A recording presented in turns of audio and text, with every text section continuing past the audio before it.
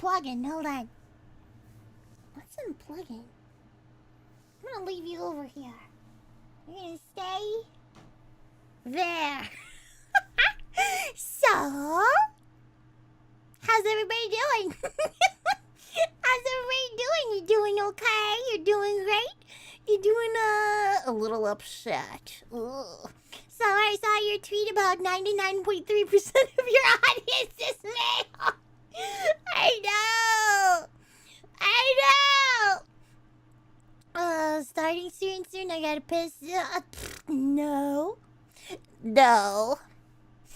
Oh man, I'm just a mess. I was almost thinking about canceling it because I was outside gardening. And I twisted my ankle a bit. And I was like, but I don't play video games with my ankle. And I was like, shit, but it hurts so much. What a dummy. Oh, I was like, I'm gonna power through it. I don't care. I'm a gamer. Doesn't care about her ankles. So, Selma, I don't appreciate the misandry. Shut up. Are you a woman? Shut up. Shut up. I can afford to be. I'm a woman. What was I doing today? Oh yeah, Corpse Factory. Yes, we were doing Corpse Factory. But don't worry, this summer, everything's gonna change. I have a big announcement. New summer, new me. New summer. It's gonna be great. You remembered your glasses? Yeah. Yeah. Feet reveal. Y'all don't want to see my feet.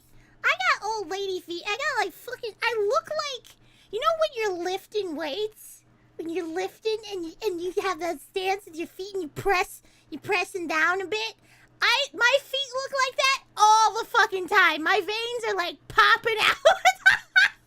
Like, get a pedicure, that's for fucking losers. I'm not letting nobody touch my fucking feet. No. I went to a nail place once, and they made fun of me. What was it? Because, what are they making fun of me for?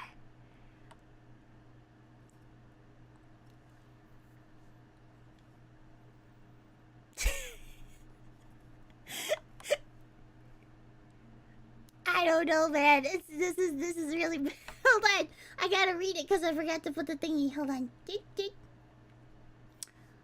Renegade has tipped $1. Thank you. So, may I ask a favor? Tips Fedora. Could we get a stopwatch going for when a character does something pants on head retarded bed? Let's see how long it takes for the cringe to set in. I don't know about that, Chief. I got bullied in the nail salon. They did my eyebrows because I don't like getting any of this shit done. I think it's pretty, don't get me wrong. But I got work to do. I garden. I like fix shit. I put shit together. I can't be fucking wearing no fucking long ass nails. I let them grow out. I don't know, hold on. Let's see what. Hold the figure. Can you hear that? They're really long right now. I don't like it. Right now because I can't fucking game right. And because I don't know how to use. You're not supposed to press the keyboard with your nails. You're supposed to press it with your like fat of your finger, whatever that's called. And I don't like this. I'm just gonna bite them off. Get a mani-pedi before. Yeah, I should totally do that. I should totally do that. Oh, I'm not getting no fucking pedicure. That's for fucking losers who have the time to do that. So we got fat fingers? No, actually, I don't. Maybe one day I'll show you my hands, but they're still, it's like old lady hands. My veins like pop out and you can see them. It's just, I'm high yellow, so I'm pretty yellowish, if that makes sense. And my veins, you can see, you can see them. You can see them. Got old lady hands. Don't get a pedicure, get some leather gloves. I'm not getting any. I'm gonna touch the dirt. Don't. I tried that already. I tried getting gardening gloves. That's so fucking lame. I'm gonna touch the dirt. Fuck it. I'm gonna touch it, and I'm gonna grab a worm, and I'm gonna shake it. And toss it in a garden bed. That's what I'm gonna do. I don't care. Yeah, I got working man's hands. And I tried having girly hands with the nails getting longer. But I can't game with this shit. I can't game with this. What is this? I can't do this. Alpharia Kronos donated $5 to the most wickedest Sawa-sama. Arigato. First time here, please go get a pedicure. Your first time here, let me look at your PFP right quick. Make sure you're in the right place. Okay, you're okay. You're okay. Yeah. Last time, okay, I was at the nail salon. I got made fun of. Asked Kirsha for some tips on how to game with long nails. That's why she wanted that mouse. She can't get that mouse anymore. Because she has long nails. Which are pretty, but man, I got shit I gotta do. I can't be doing all that. Solace donated 88 Argentine pesos to the most wickedest Sawa-sama. Gracias. Hi Sawa, for the record. I am a proud descendant of he who fled and shall not be named. Okay. Not trying to use YT's Argentinian peso loophole. _ Sodi love. Okay, I don't care. Anyway. Anyway. What was I talking about before I got interrupted by an Argentinian? Or a fake one? I don't know. Oh yeah, I got made fun of at the nail salon because okay. It was graduation. I wanted nice, pretty nails so I can hold that shitty diploma and be like, oh, look, a girl got her nails did. And I wanted to feel special.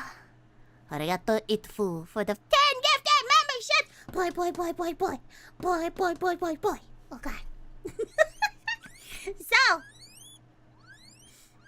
I went there and I had my eyebrows done as well. If you're Hispanic, you understand the eyebrows are very thick. The eyebrows are very thick. I was actually gonna have my model have like those cute little dot eyebrows, but the artist said no because he's an asshole. Anyway, so they made fun of my eyebrows. They straight up were working on them and giggling. They're like, they're so thick. How did you get them to be like this? How did this happen? It's like it grows, dumbass. It grows. It grows. And then, yeah. They were very shocked by it. But I didn't like how it turned out. I looked like a fucking angry Mexican. I looked angry all the time with thin eyebrows. This is bullshit. All this shit that they try to like make you do to look beautiful. I got shit to do. I got shit to do. I ain't got time for this shit. Yeah, resting bitch face. I was known for that, yeah. Oh, and then when I was getting my nails done, I just got a simple, French tips. I didn't go fucking crazy or anything like that. And, 2 black girls went by, and there's like a big, there's a big window. And I swear to you, I felt like a fucking animal in a zoo. They were pounding on with their friends. They was like, oh my God, girl, look, y'all, look. Oh, white girl getting her nails did. They thought I was white. No, I just am an angry Mexican apparently. Look at that white girl getting her nails did. Thank you. And they came in. They was like talking to me and stuff. _weboy _ purave. Thank you. white girl getting her nails did. White passing confirmed. Of course. I am not fake. Obviously. I told you guys I'm high yellow. It's funny though, because white people see me and they're like, you don't pass for shit. Because I have African American features in some areas. We'll put it that way. African American facial features. So, can I say that my cranium, my skull structure is not Caucasoid? Can I say that? Can I say what it is? Is that doxing my cranium? My cranium structure? It's not Caucasoid, so does that make sense? Immersion broken, oh no! There's different types of skull structures. It's science. The fuck? Wait, am I gonna be, get in trouble with fucking... Who's in charge now? Does the NAACP still exist? I think they still exist, right? Will I get in trouble with them? I might. Salon with the Rihanna flat 6 head? No, but she is cute though. I'm not gonna lie, even with her big brain. She is cute though. Oh man. No, we were studying, what were we studying in school? Forensics, and we were learning about different skull structures. And, yeah. I do not have the Caucasoid. do not have the Caucasian... I do not have the Caucasian structure of the face. Or the cranium. If that helps.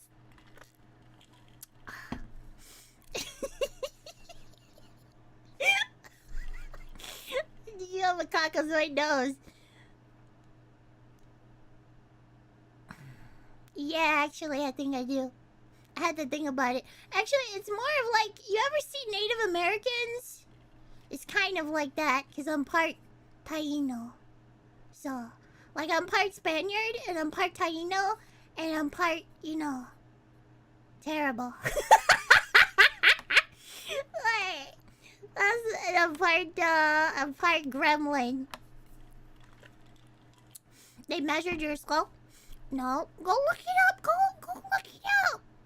So it's about as white as Frosty the Snowman. No, I used to be though, and I stayed inside all the time. Get the sausage cranium structure. Shut up.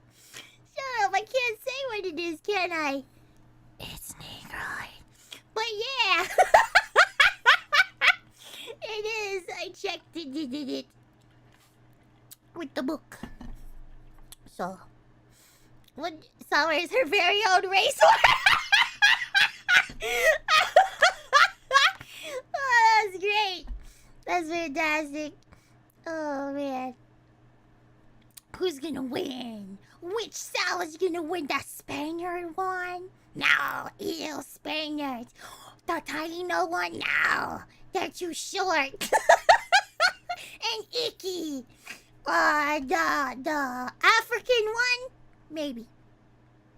Depends. Are we playing basketball? Tropical Island Solace Cannon, yes. So, let's get on to play this game. I need to remember where I found it. I don't remember. Tony Stark donated $3 to the most evil list Sawa-sama. The kind of skull that an archaeologist is gonna dig up in 1,000 years and point it before saying, "We was Americans." It's pretty much mine. It's pretty much mine, yeah. Yeah. Oh, man. They're gonna find out I'm a girl. They're gonna look at my pelvis and be like, "Whoa!" Oh, gosh. I gotta fix my bones. There has to be some kind of pill for that. Where's the... Okay. Let's go to the game zone. Boop, boop, boop, boop. No, I am not wearing my glasses. I don't feel like it. Unless I have to. My eyes have been like bothering me. I've been outside too long. Oh my gosh, shut up. Shut up. Shut up. Okay, let me see. Let me put the game on screen so people can be like, ugh, shut up. Along with me. Come on, there it is. Is it working? Yeah, there we go. Okay, gallery. There's nothing new, really? I don't know how to... How do we talk about this? How do we talk about this? Previously on Corpse Factory. Okay, so what happened was we played as this girl in the beginning, and this girl hated her coworkers because they did bad shit to her.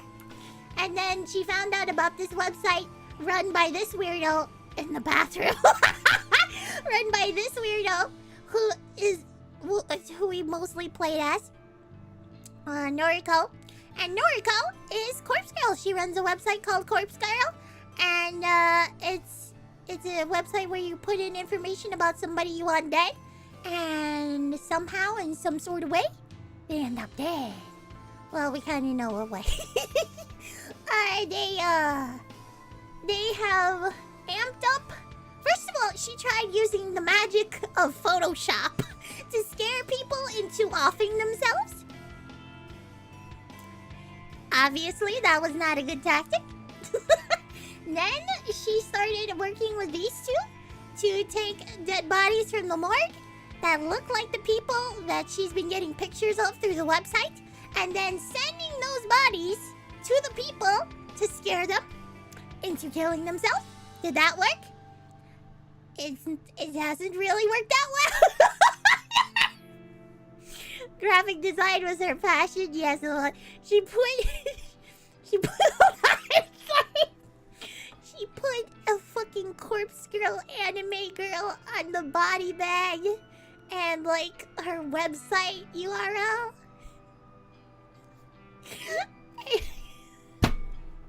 She just wants excuse me.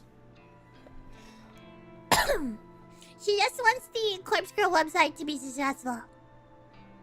For what reason, we do not know. However, we are playing as this guy.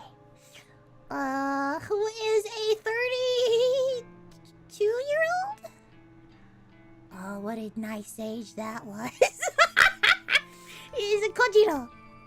And he is the stalker of Noriko. Noriko does not know that. But he is, in love with her. I don't know why. He had a previous girlfriend who died. We do not know how. He lives in an apartment that has a bunch of cups and shit all over the place. That's okay. He works at a morgue. Yeah, he's kind of morbid and weird. And he appreciates Noriko because she is also weird and corpse-like. Yeah, Noriko rejected him because she's weird. Because she's a loser. Now what else? So we're playing as him now.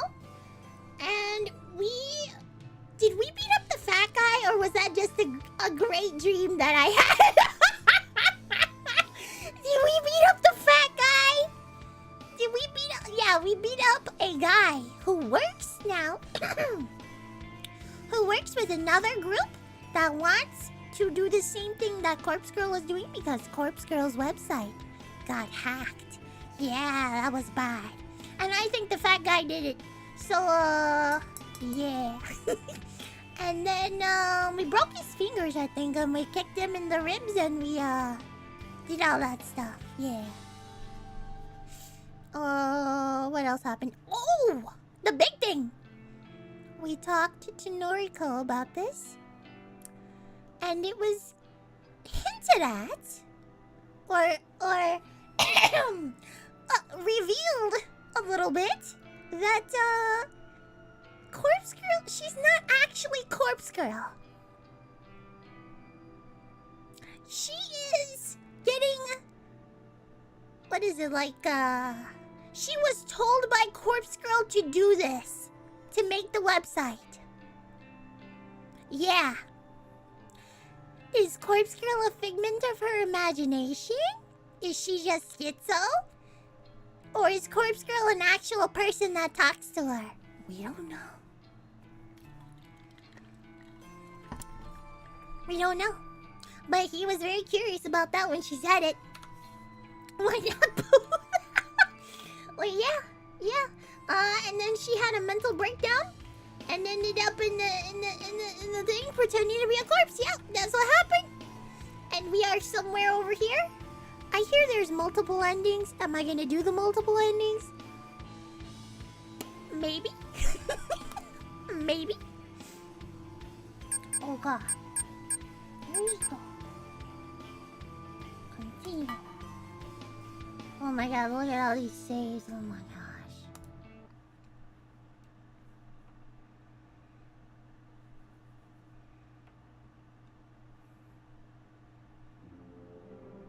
Either she's cray cray or some face member is telling her to do stuff. Yes, there's a new face member, an invader, called Corpse Girl. Still waiting for the connection to Corpse Party. There's none. There's absolutely none.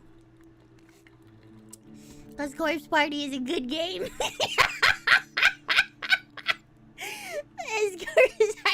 Your new Oshi. That would be so cute if somebody just made like a Corpse Girl VTuber. That would be cute. You know, now I personally didn't look this up. But but there isn't a lot of like fan art for Corpse Girl. Not even any kind of lewd stuff at all either. And that's when you know, like when a friend of mine told me there wasn't any inflation art of Noriko, that's when you know nobody cared about this game. Cause those fucking weirdos will put anybody like that. Any fucking body like that. Oh god. There's always some weird like fandom or something. You know what I'm talking about? When you type in, I can type in a character and just go type in a character, like any kind of fucking character, and all of a sudden I get fucking weirdo hentai art. This game, there's not even any like regular fan art really. It's literally a dead game. There's no Sawasi. No, look it up. Baka. Oh man, that's so disgusting. Where is it? It doesn't exist. There's nothing here. They don't have shit. So, I just wanted to bring up that because, yeah. Don't encourage them to play fetch. I'm not encouraged. They don't want to play the game. Yeah, that's true. There's always, yes, Desu knows what I'm talking about. There's always at least one weirdo out there making bad and best paint porn of something. And I'm like, what the fuck? Why would you do this? Okay, I'm just gonna ignore it, but... So what I'm hearing is an untapped market? No! I didn't want to start a market, I'm just... Oh, whatever. I'll just read this in my bad voice. I wish I had a better male voice. Like an older male voice. Like, oh man, but whatever. Because the voice actor for this is really nice. I like his voice. I would like the fucking stalker's voice. Oh, terrible. Corpse Girl told Noriko to kill people. That's what she said. That's what Noriko... What? Corpse Girl? Are they saying people now? What Corpse Girl said. That's what the person I know as Noriko told me. That begs a follow-up question. If Noriko isn't Corpse Girl, then who is? Corpse Girl is L. Hold on.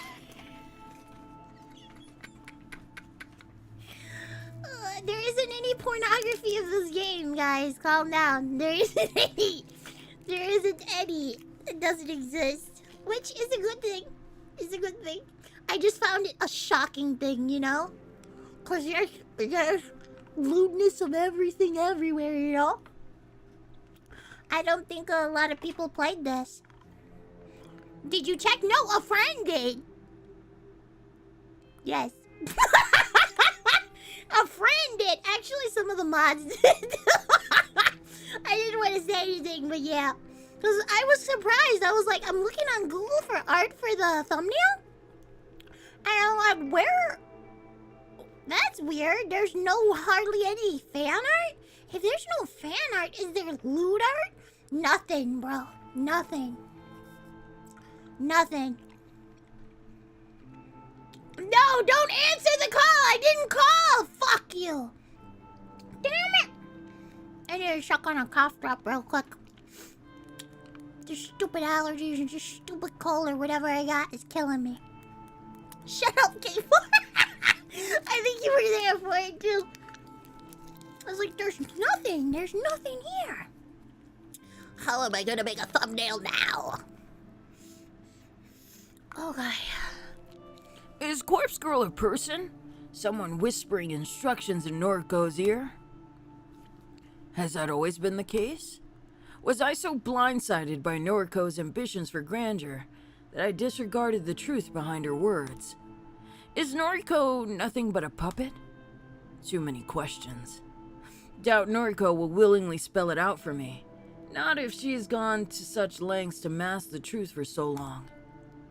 When Corpse Girl first told me to start killing. Yeah, that's what she said. When Corpse Girl first told me to start killing. I can't get that quote out of my head. Too many moving pieces in this puzzle. Noriko, Corpse Girl, the Human Removal Service, the Herald, Junpei Matsumoto and Kenji Ogawa. Too many assumptions, too many shadowy figures. Makes me angry. Don't like it when I don't understand something. I'm clever, sharp, like to know everything. Like to predict what's going to happen next. Like to remain one step ahead of everyone I know. Right now, I feel 3 steps behind. Behind Noriko, behind whatever Corpse Girl is. Maybe Tomoe has the right idea. Maybe getting out of this situation is for the best. Though, could I really make a clean break? Could I really just walk away? Noriko isn't afraid to play dirty. That has become increasingly more evident, especially with the Kenji situation. If I walked, would I have to be on guard for the rest of my life? You know, how could you be against Noriko? She doesn't even leave the factory. Against Noriko? Oh, I forgot to mention. Noriko's neighbor was arrested, right? That happened. He was arrested? I guess they found out that his Wi-Fi, his internet router, wasn't somehow connected to the Corpse Girl website because she didn't have her own internet. She borrowed the internet from the neighbor downstairs. Max, you're 100%. She hasn't even left, bro. What? Come on. Come on. If I walked, would I have to be on guard for the rest of my life? Would I have to be cautious of every shadow that flints in the darkness? Would Corpse Girl come to claim me as her own? That begs the question. If Tomoe quits now, will Noriko try to buy her silence with blood? She'll do anything to ensure her name isn't dragged through the dirt. Tomoe knows too much. As much as me. She could compromise Noriko's entire operation if she lets the wrong words slip out in front of the wrong people. Because of that, I believe that Noriko won't stand for it. Tomoe's life will be in danger if she quits now. I don't know how. I don't know by what measure Noriko will strike from the shadows. The girl is weak of body, though strong of mind. And her ambitions are steeled behind some otherworldly force of will. Noriko won't let Tomoe walk away from Oh, us. his voice is awesome. I hope he doesn't see this. Oh, that's very nice. Thank you. Speaking the words aloud and hearing the echo throughout my apartment helps reaffirm the truth. I have to warn Tomoe. I don't know if it's too late. I don't know if she's told Noriko that she'll be quitting. There's no time to waste.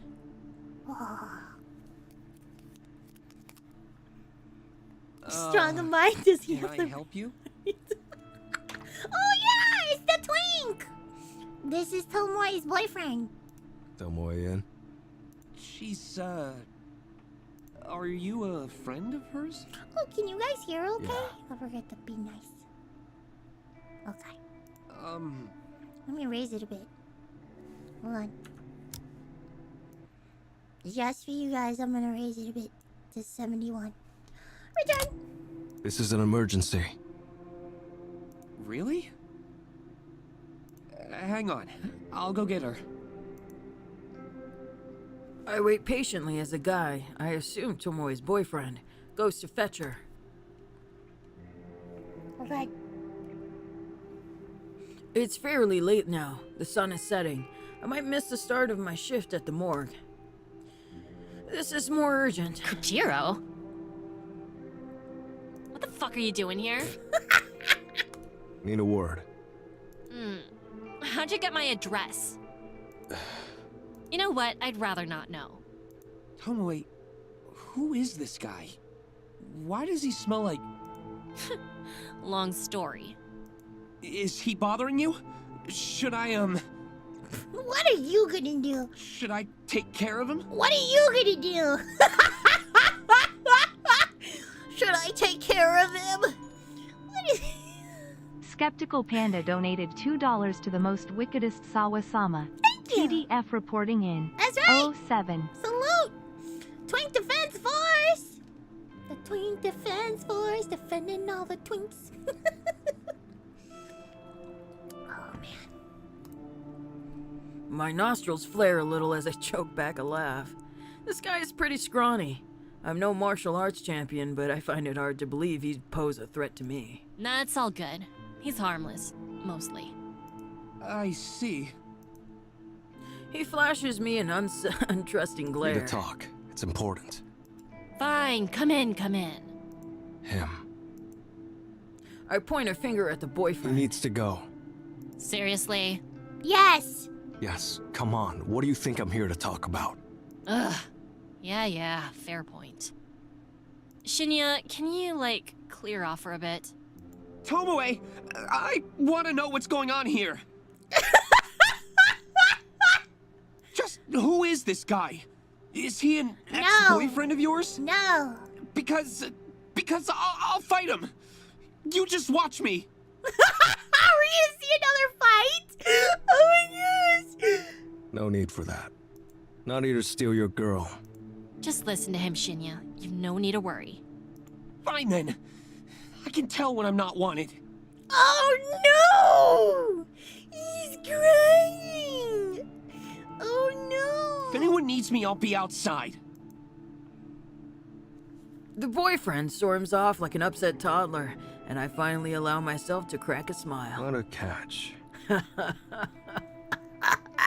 Shut up. She knows! You don't know him like I do. Yeah, that's alright. I don't need to. Okay.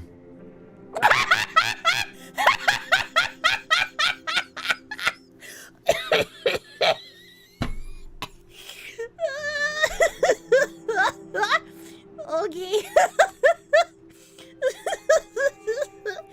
Base department. Okay. Oh, this is so ridiculous. Tomoe shuts the front door, leaving us alone in her So apartment. what the fuck is this all about? Need to know. Have you told Noriko you're quitting? Nah, not yet. Surely you could have asked me that over noise. No. Probs. Thought you might be in danger already. Danger? Why? Have a theory. Reckon Noriko will cut us up if we leave our merry band. Nah. Noriko and I are besties. She wouldn't hurt me. She would hurt you if Corpse Girl told her. Then yes. Don't act so certain. Noriko will do anything to protect herself. That neighbor of hers, the guy that got arrested, Yep. she set him up from the very start. Made him take the fall so she wouldn't become a suspect. You're shitting me. Dead serious. And I take a moment to consider the best way to announce my next theory. don't think Noriko's working alone. Tomoe simply frowns at what I consider to be a startling revelation. Well, of course she's not. We're working with her. Guess I didn't explain it well enough. Not what I meant. Noriko. Noriko may not be the ringleader here like we assumed. She said, and I quote, "When Corpse Girl first told me to start killing," end quote. Tomoe's silent contemplation convinces me that I'm onto something.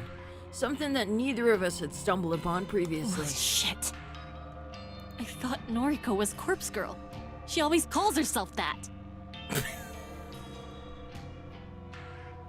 In fact, she even admitted it to me once. Yeah, I remember it.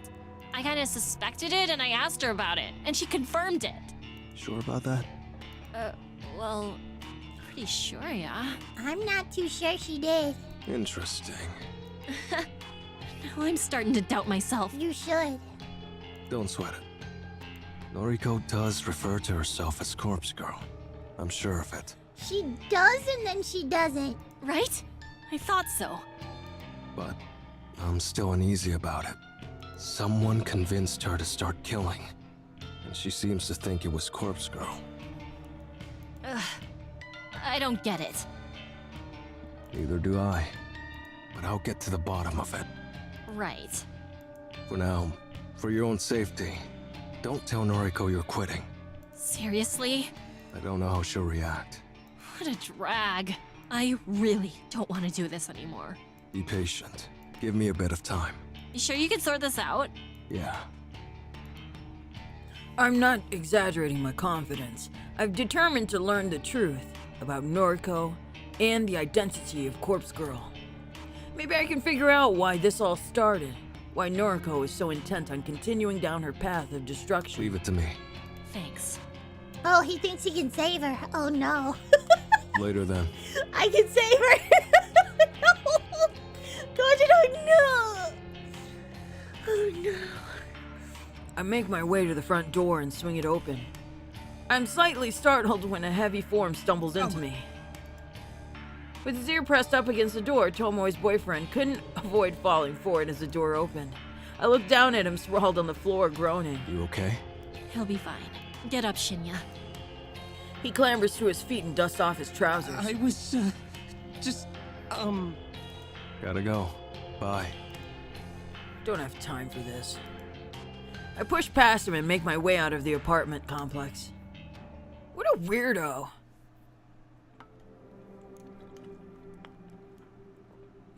My late arrival at the morgue is not met by any form of chastisement. The place is empty, devoid of life. Nothing out of the ordinary there. Though, something is off. It's too empty. Glancing around the walls of cold chambers, I immediately notice something suspicious. The majority of the chamber doors aren't sealed shut. They're slightly ajar, as though the last person to access them didn't close them properly. I would never do such a thing. I know to press the doors firmly enough that they lock in place. Leaving a cold chamber unsealed is a surefire way to assist in a cadaver's deterioration. And an unsealed chamber allows the odor of decay, excuse me. I gotta stretch, bros.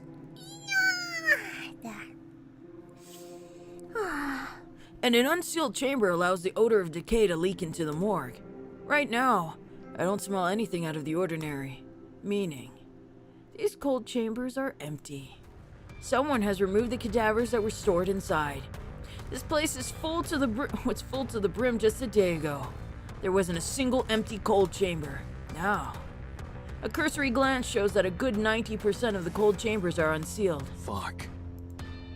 My initial sense of uncertainty gives way to panic. I jog toward the left wall of the chambers and start pulling the sliding trays out one by one. Empty. Empty. Empty! One after the other. Each chamber is devoid of its macabre contents. Even the HRPs have been removed. Shit. Shit! I come across one cold chamber that is still sealed. I press the release button as I pull the handle forward. The familiar hiss of cold air escaping the hollow space does little to allay my fears. I slide the tray out and sigh. Empty.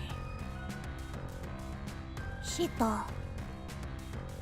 It would seem that even the properly closed chambers have been evacuated. Oh, fuck, shit.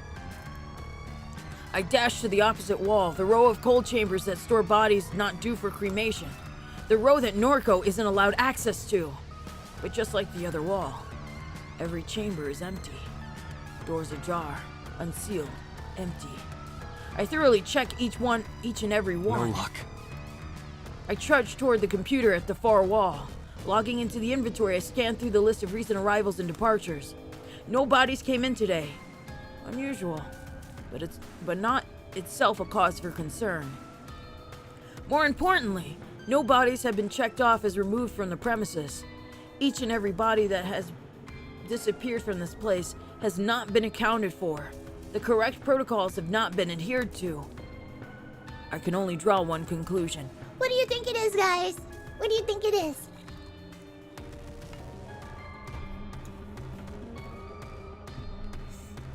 It's either Noriko fucking with him. They walked out. Yes, they all walked out. They totally. It's the other guys. Yeah, I'm thinking it's the other guys. Noriko ate them. Finally she gets a good meal. A full-bodied meal. It has to be the other group. Has to be. Noriko, but how did she get him out alone? I don't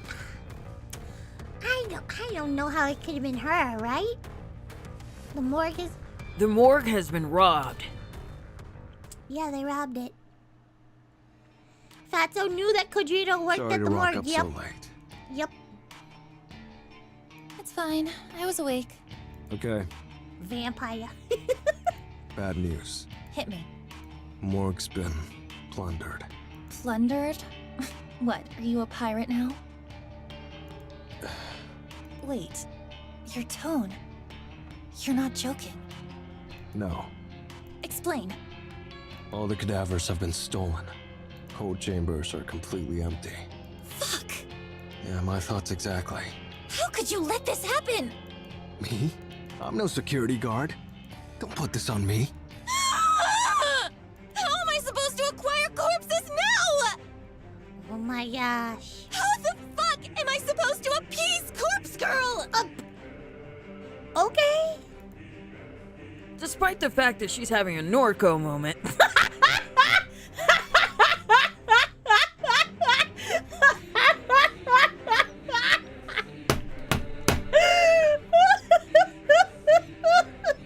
How can nobody make fan art of this game? Come on, guys! What the fuck? A Noriko moment! Come on! Oh my gosh. A Noriko moment! Excuse me, hold on. Let me get back into me. This is a serious game. Despite the fact she's having a Noriko moment, I don't miss the fear in her voice. Appease Corpse Girl. Not something you'd say if referring to yourself. She's referring to someone else, some other being. Time to put her on the spot. Sick of always being 3 steps behind. Who's Corpse Girl? Yeah, who's Corpse Girl? What? Who is she? Don't act dense. I'm Corpse Girl.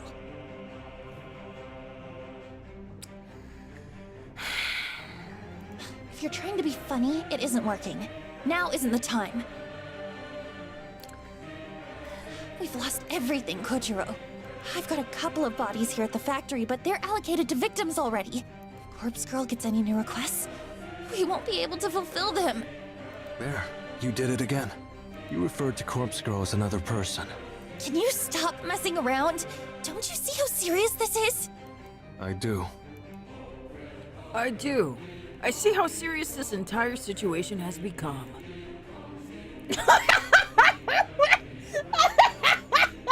Hold on. I got something stuck in my throat. Oh my gosh, this is killing me. This game is killing me. Noriko is delusional. She refers to Corpse Girl both as herself and as another person. She pays no heed to the difference in her words, even when she's called out Skeptical on it. Panda donated $2 to the most wickedest you. Sawa-sama. Just Noriko having a normal one.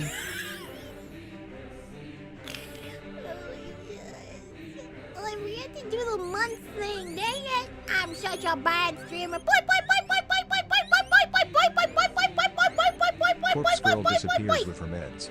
Meds hate. That's it. Boy, boy, boy, boy, boy, boy, boy, boy, boy, boy, boy. Okay, I think that was enough of them.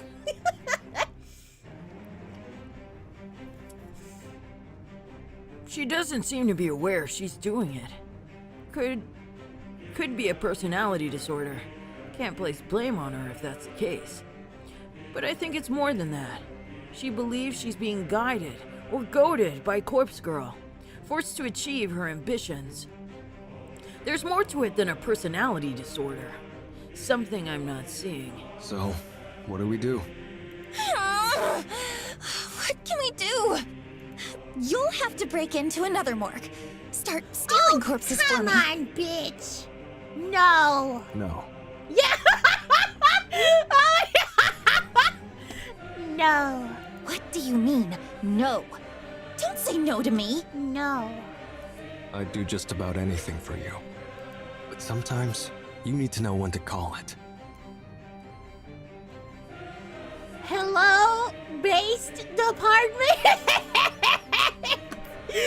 Oh my gosh. Oh my god. There's no moving forward from here. There isn't.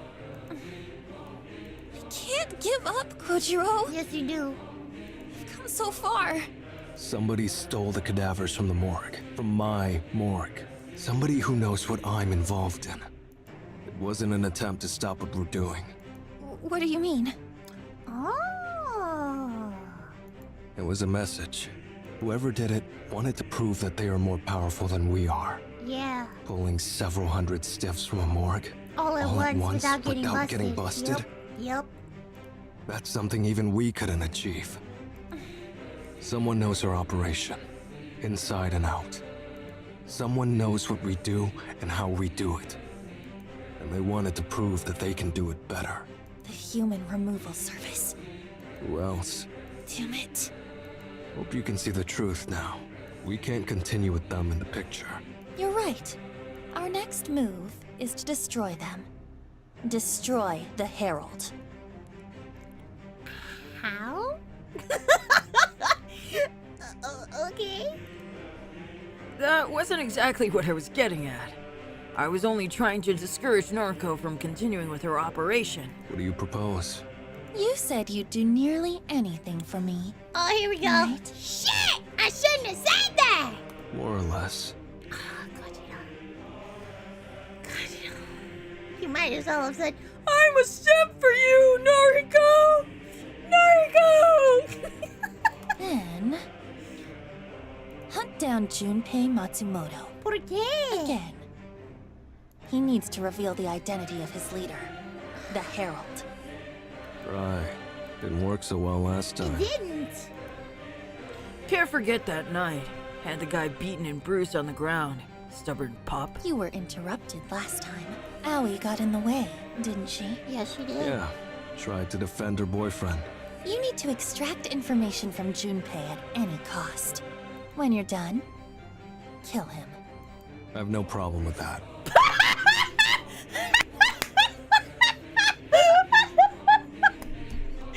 I have no problem. I'm gonna be real with you. I don't either. But if Aoi is present again, I'll have to back down. A few seconds of silence makes me ponder if Noriko still has her head in the conversation. I'm about to repeat myself when she finally speaks. If Aoi interferes, kill her. Okay.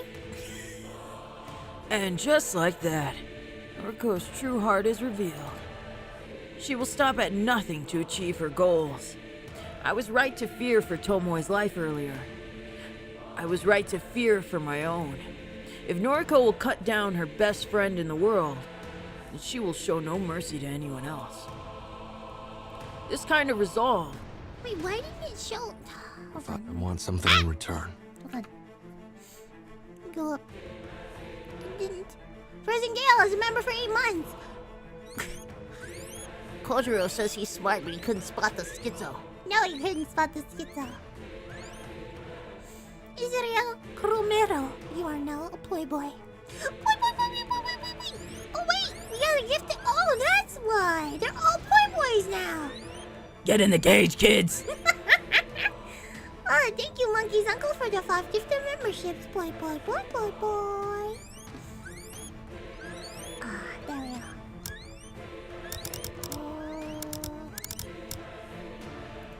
Where's the log? Let's see. I was right to fear for my own. If Noriko will cut down her best friend in the world, then she will show no mercy to anyone else. This kind of resolve, this steel-hearted determination, I can't help but admire it. I respect Noriko. And then he's like, Oh, if I do this for you, I want something in return. Renegade donated $1 to the most evil list Sawa-sama. Noriko Femcell confirmed. you think she's on that website? that you guys have been going on? And wasting your fucking time? It's a fucking Femcell website. Dating website. That shit was funny to watch. What? Be with me. You still want me? I've never wanted you more. Bruh. I'm in love with you, Noriko. In case that wasn't clear before. The worst she can say is no, right? The worst she can say is no! Okay. Alright! Let's go! Take care of this issue for me, and you can call me yours. I'll be your girlfriend, or your wife, or your mistress. Whatever you want. Anonymous donated $1.69 to the most evil list Sawa-sama. You better not be lurking the Glowbox bot. Never. I'm not that stupid. Thank you, Anonymous. My heart will be yours. That's all I wanted to hear. That's all I needed to hear. I don't want to be alone anymore. I don't want to feel lonely. Noriko, Shizuko, even Tomoe. Doesn't matter. I just want somebody to love me. To hold me. Okay. Oh no. Please, chat, don't go. He's like me for real. No, please don't do it. Please I'm don't on do it. it. Leave it to me. Oh no. Thank you, Kojiro. You're gonna make it. Okay? You're gonna make it. You're not gonna be like him. Because he's gonna kill somebody for a stupid girl. I'm putting my faith in you. She's clearly lying, though. Are we? I don't know. I step back, turn around, look up, stare at the stars in the pollution-clouded sky. When we get together, perhaps we can live in Noriko's apartment. My old place. It'll be like coming home after a long absence. Noriko will replace Shizuko in my heart. And life will go on. He's crazy. Oh my gosh. It's the same stakeout as last time. Junpei Matsumoto, in his infinite wisdom, posted on Noise about visiting the Maid Cafe today. Don't know why he hasn't set his profile to private. Oh, shouldn't he be smart? Shouldn't he be a smart? Shouldn't all that fat in his brain, like, make him smarter? Especially after I followed him home last time. But I won't be following him again today. I'll confront him inside the Maid Cafe. Yes. Confrontation. Yes, yes, yes. A place where Aoi is unlikely to be, since she quit the job a while ago. Although, did she really quit? If memory serves, she was dressed as a maid last time I encountered her. It's not like I have any qualms about killing her. In fact, I'm not even bothered that Noriko is okay with ordering her death. I'm just thinking about the future. When Noriko and I marry, we'll want friends and family to attend the wedding.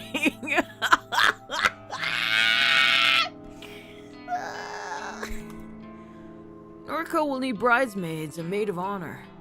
Aoi will be perfect for one of those roles. By sparing her life now, I can kick off my new life with Noriko on a high note. I'm aware other people will be present in the cafe. I have no intention of hurting them. I'll force as many... I'm just sorry. Like, she saw him beat up. Why would she... He's down bad. He's down too bad. He's down so bad. Oh my gosh. I'll force as many as possible to evacuate, or I'll corner Junpei somewhere private. The dog himself arrives as I'm playing through possible scenarios in my head. He waltzes through the front door, completely oblivious to my presence across the street. I'll give him some time. Let him get comfortable, lower his guard. The weight of the blade inside my pocket is unfamiliar.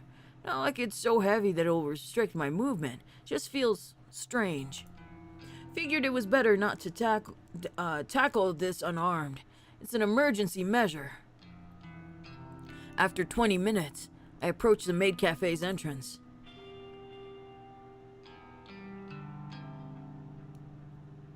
Not a fan of the atmosphere.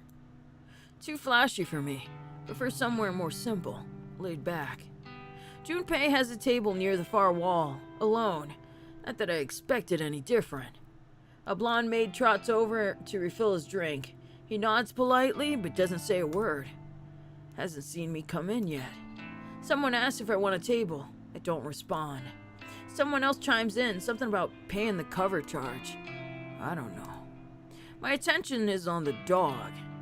No one attempts to hold me back as I march toward my prey. He finally sees me, but I'm 5 steps away and it's too late. What the?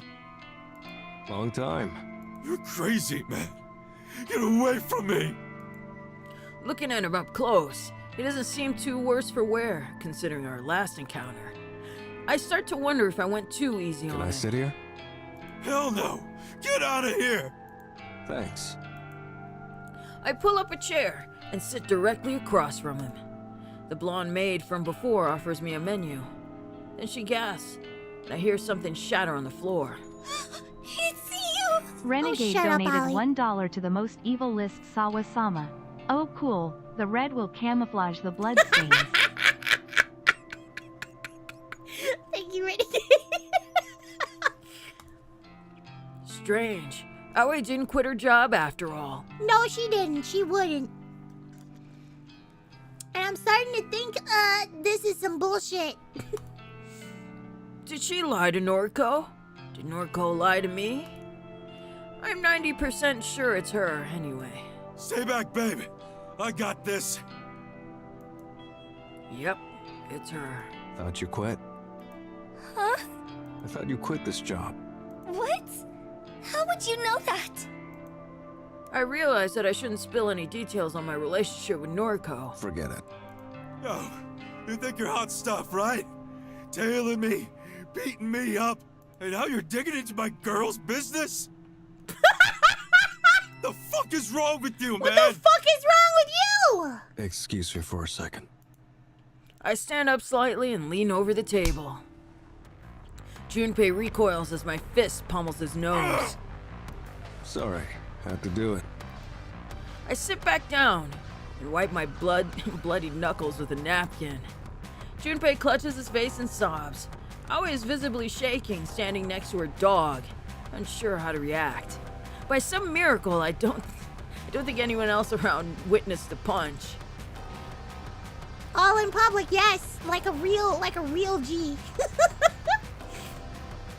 In plain sight, yes. For the best.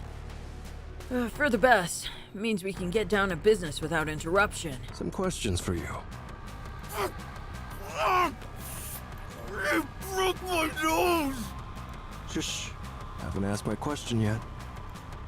Aoi somehow gathers the courage to flee.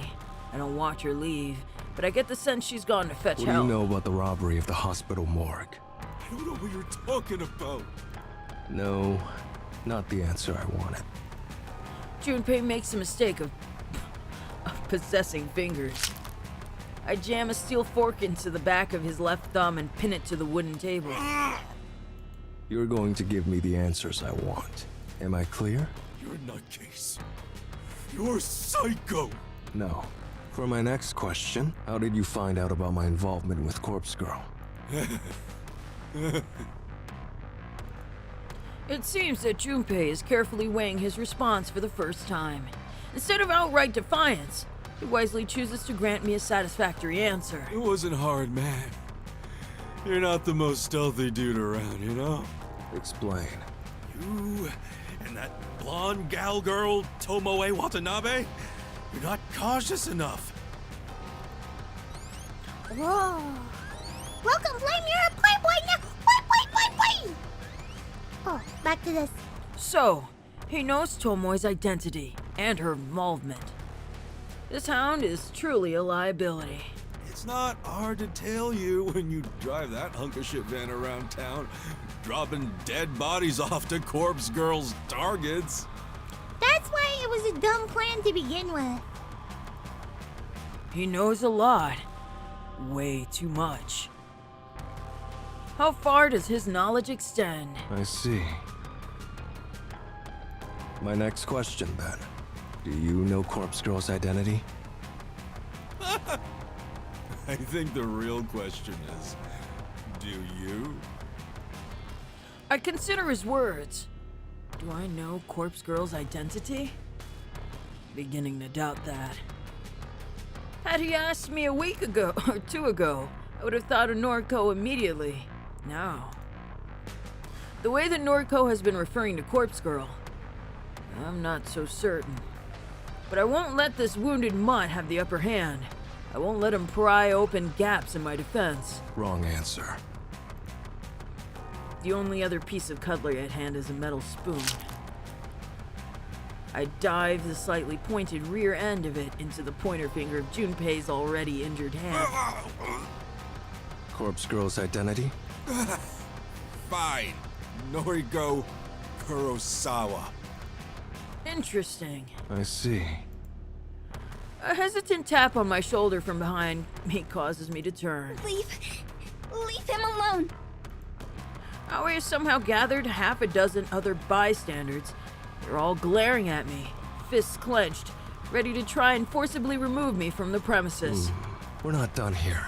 Come back later. Let my Junpei go! Stop hurting him! For an outwardly meek girl, Aoi has more courage than I expected. I stand up and stretch my neck. I'm not looking for a fight with a bunch of cafe patrons. Heaving a sigh, I dip my hand into my pocket and withdraw the knife.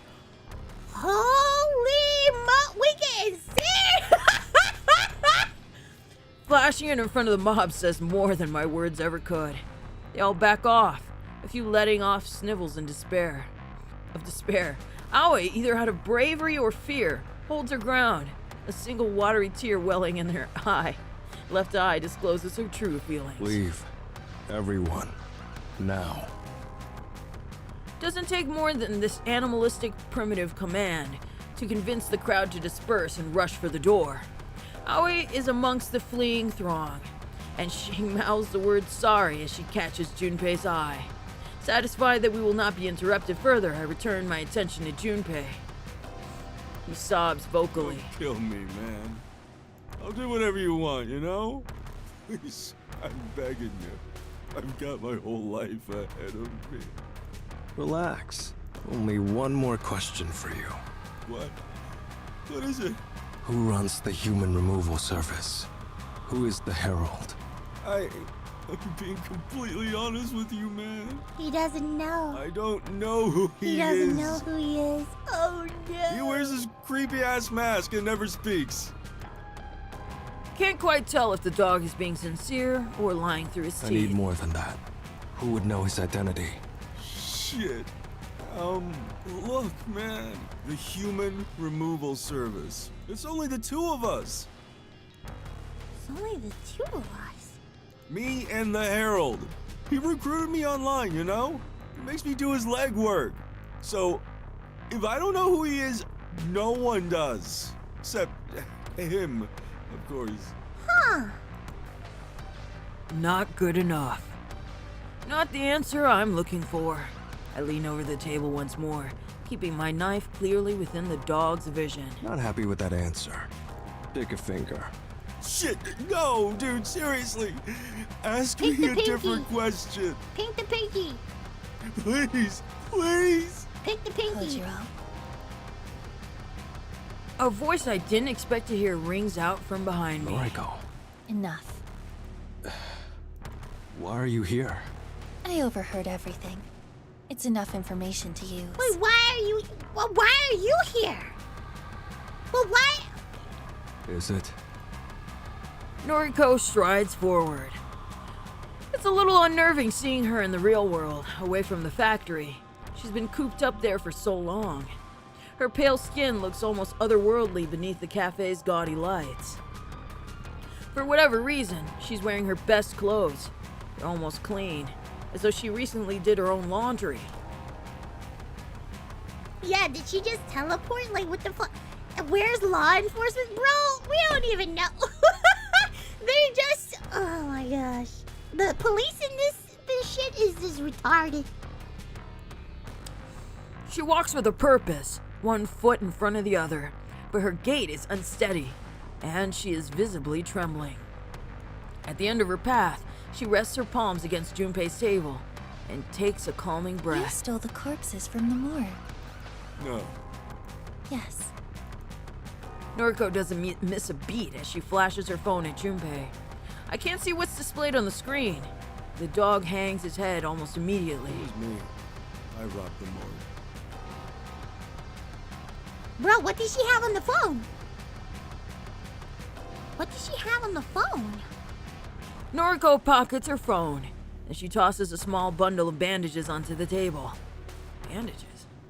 Junpei hastily grabs the offering with his good hand. Get out of here. Get Aoi to bandage you up, and not a word of this to the police. Yes. With a great deal of effort and a grimace, Junpei plucks up the cutlery from his pierced hand and yelps. Not daring to remain in my presence any longer, he bolts toward the door. You're just letting him go? Yes.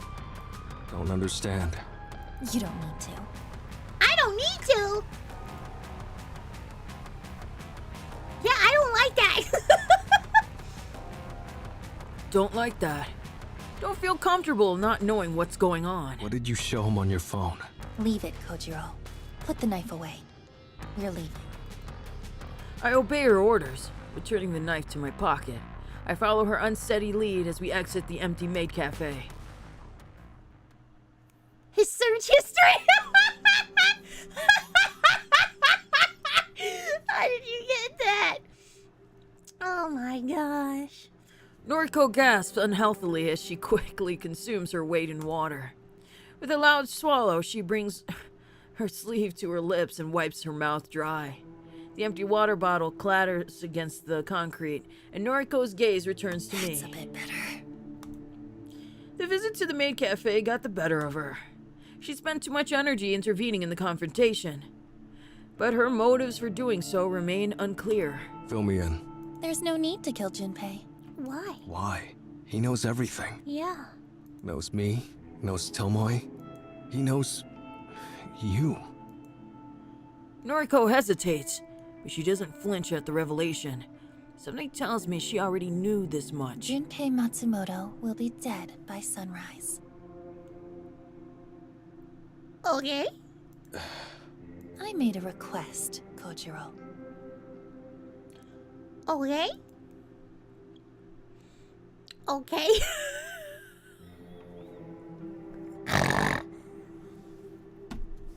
So I can't kill the guy, and then I can't date her? Is that how we're doing this? So she went around the agreement because she went that far. She went that far. Is that what we're doing right now? Oh my gosh. She found a loophole? Oh my gosh, a regular lawyer for you. I got scammed, that's right. A request? The first thought that jumps out at me is that she requested for Corpse Girl to kill Junpei Matsumoto. That's a ridiculous notion, isn't it? I see. I don't think Corpse Girl can take care of him. He knows our whole operation. Noriko's raised eyebrow conveys her confusion. What? No, I didn't make a request through Corpse Girl's website. She did it through the other one. What would be the point of that? She did it through the human removal service, but he's part of that. Why would they kill him? I shrug, because I truly don't know what else she could have I meant. used the other website. What was the other The website? human removal But service. how do you get them? Unless she has evidence that he removed the bodies, then maybe the head honcho over there would kill him. I made a request for the death of Junpei Matsumoto. Oh. But again, what good would that do? Junpei is an accomplice. If his colleague, the venerable, supposedly immortal Herald, receives a request to kill him, it will simply be ignored. Unless... A startling revelation dawns Renegade on donated me. $1 to the most evil list Sawasama. Oh, thank you, Renegade. Junpei is still alive. Nothing for Kojira. Forever alone. Loophole achieved. Loophole achieved. Shit, of course. Why didn't I suggest that? Just check the cameras. Ugh, my nose. Ugh, it's killing me. A haunting smirk is inscribed across Noriko's features. She knows that I have finally drawn the same The conclusion. Herald is ambitious. His convictions are strong. Absolute. Just like mine. Like Corpse Girl's. Corpse Girl's convictions, huh? Corpse Girl would never reject a request. That's right. Junpei Matsumoto is disposable. A pawn. The Herald will deal death to him in the same manner as any other nameless victim. I see. But more important than Junpei being killed is what we will discover in the aftermath. Explain. By knowing that Junpei is the next to be targeted, we can observe him and witness the Herald's killing method firsthand. Yeah, Noriko has rejected requests, but it was... Excuse me. Oh, man. Noriko rejected requests, but it was a request to kill herself. If I'm not mistaken. I don't know if she has rejected any other requests, but if I remember right, it was for herself. Ah, it's brilliant. Noriko has laid the perfect trap. By sparing Junpei's life today, we have set him up to be slaughtered by his own compatriot. And we can use his death as a means to uncover exactly how the Herald brings low his victims. Have to add it to you. This is a pretty fantastic plan. I know. A few things. You have doubts? Not doubts, exactly. Firstly, how do we know exactly when Junpei will That's be a killed? good point. Noriko sweeps her hair behind her ear and scoffs, as though the answer should be as clear to me as it is to I her. specifically requested the time of death. Oh, you did? Okay. You can do that? I didn't know you could do that. The human removal service demands it. Oh, okay. Interesting. Second topic. What if you're wrong? What? What if the Herald isn't willing to kill his own ally? In that case, It will prove something important.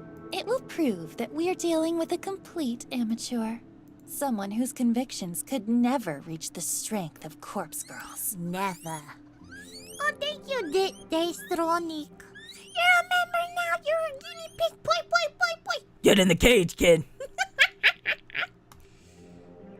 And just like that, Noriko reaffirmed my earlier suspicions. Corpse Girl truly would destroy her own allies in order to see her ambitions fulfilled. Tomoe, myself, our souls are shackled to Corpse Girl's own black void. Yet we are not safe from her wrath. Should Noriko will it, our flames will be snuffed out in moments.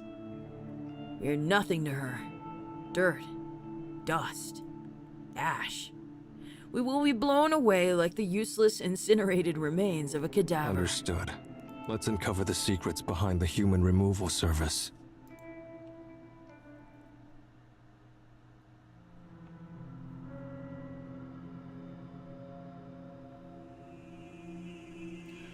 Another early morning, if you can call it that. Haven't gone to sleep yet, so it feels like late night. Frozen Gale donated $5 to the most evil list Sawa-sama.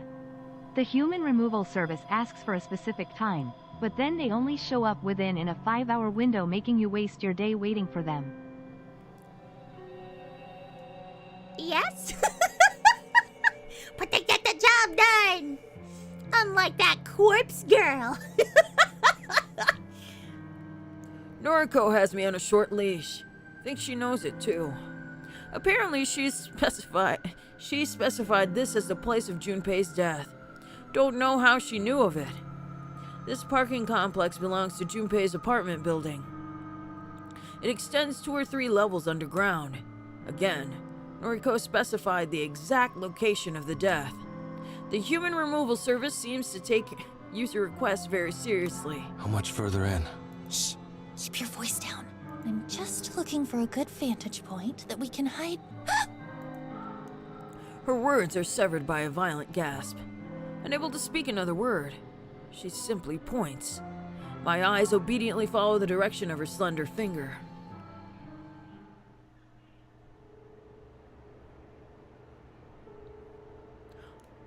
Wait a moment. That's a skirt. That's not a dust. That's a mask. That's booba. That's a skirt. That's a skirt.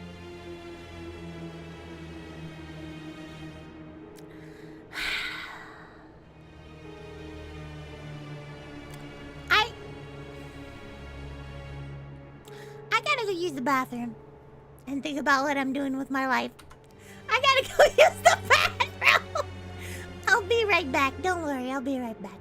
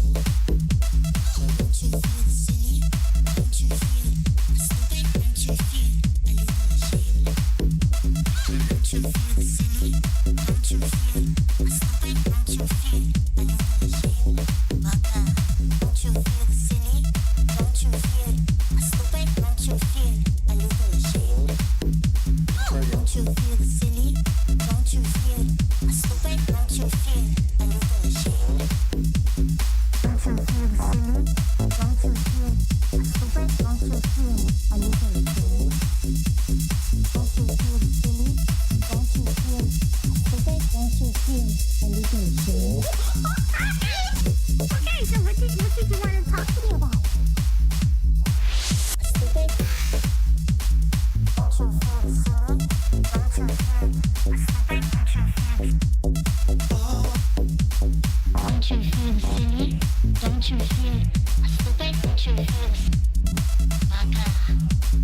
Don't you feel silly? Don't you feel stupid? Don't you feel silly? Don't you feel it's really like nothing? Don't you feel silly? Don't you feel silly?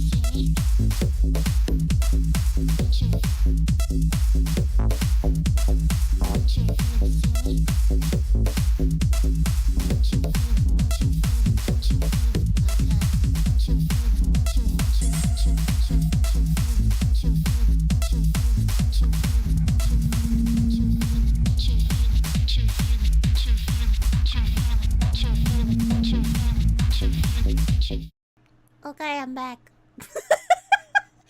Everybody's okay. Everybody can see. Everybody can do the thing. Why is it black? Okay. Okay. Chat's popping in. Okay. I think yeah, Gail, you made it. Shout out to Frozen Gail. I think they made it. You made it, right? Cause I saw it on Twitter. Right? I didn't write it down on my boomer paper, okay? But yeah, I had to put something. I had to put something in there. Okay. Return. Oh. Disappointing. Missed the main event. Junpei Matsumoto is already dead. He's floating in a sea of his own lifeblood. Vicious stab wounds practically glow red along his back.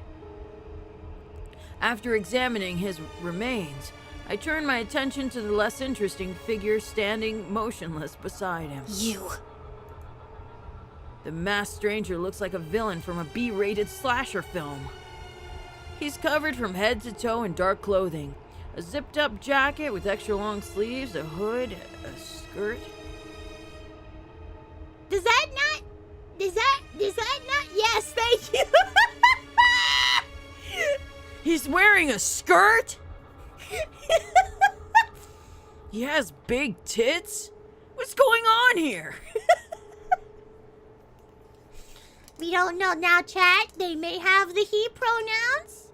Okay? He may be he, him.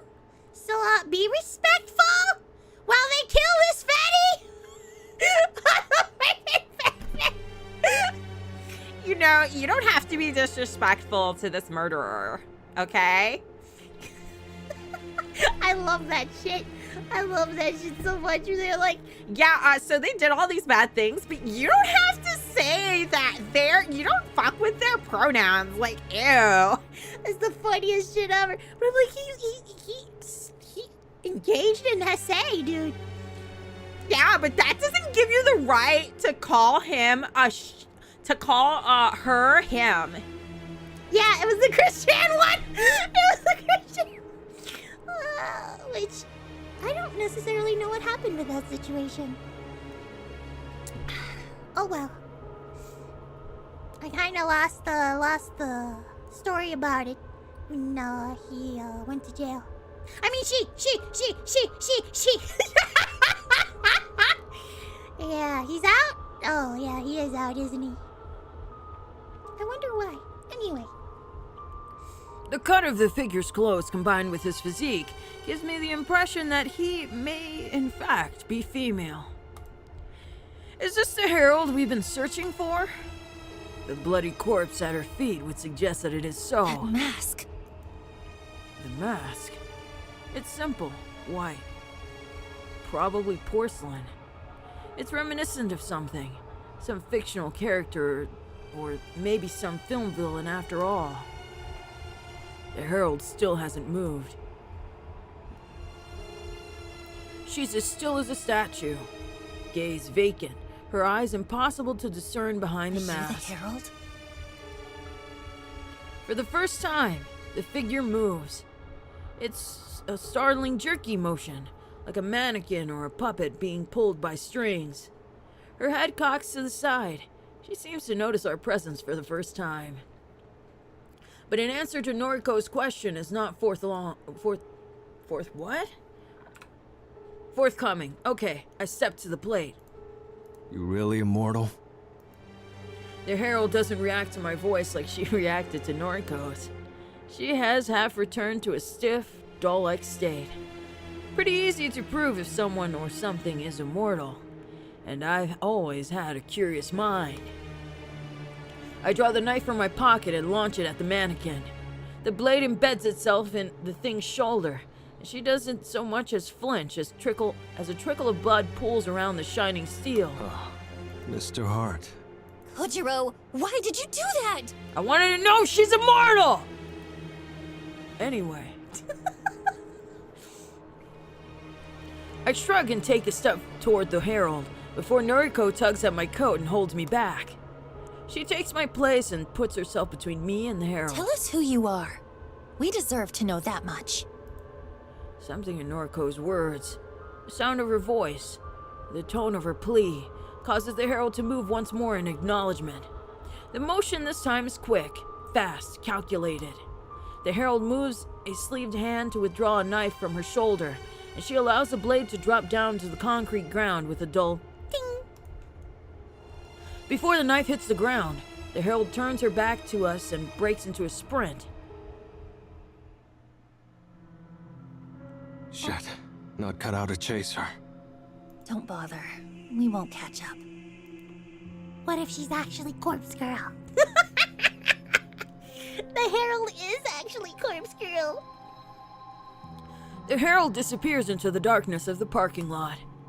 We are left standing by the corpse of Junpei Matsumoto. Well, we didn't see the killing, but at least the request was granted. She's right. Her gambit paid off. The Herald killed her own ally. She has proven her convictions are strong. I crouch down to examine Junpei's corpse, but it's hard to get a good look in the darkness. Regardless, it's clear that the dog is dead. Should we leave the body? Going to send a text.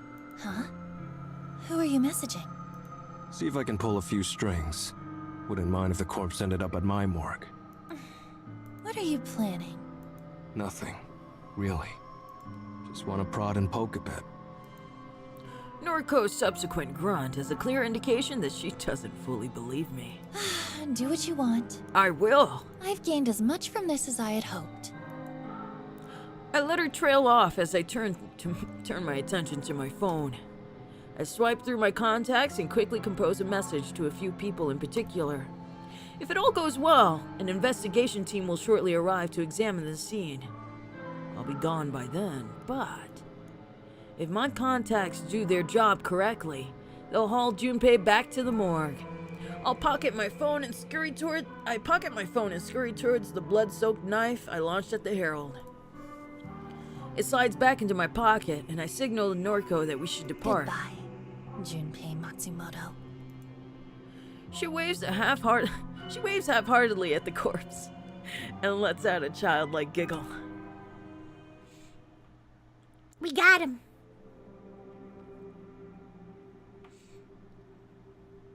A scant few hours of sleep didn't offer much in the way of refreshment.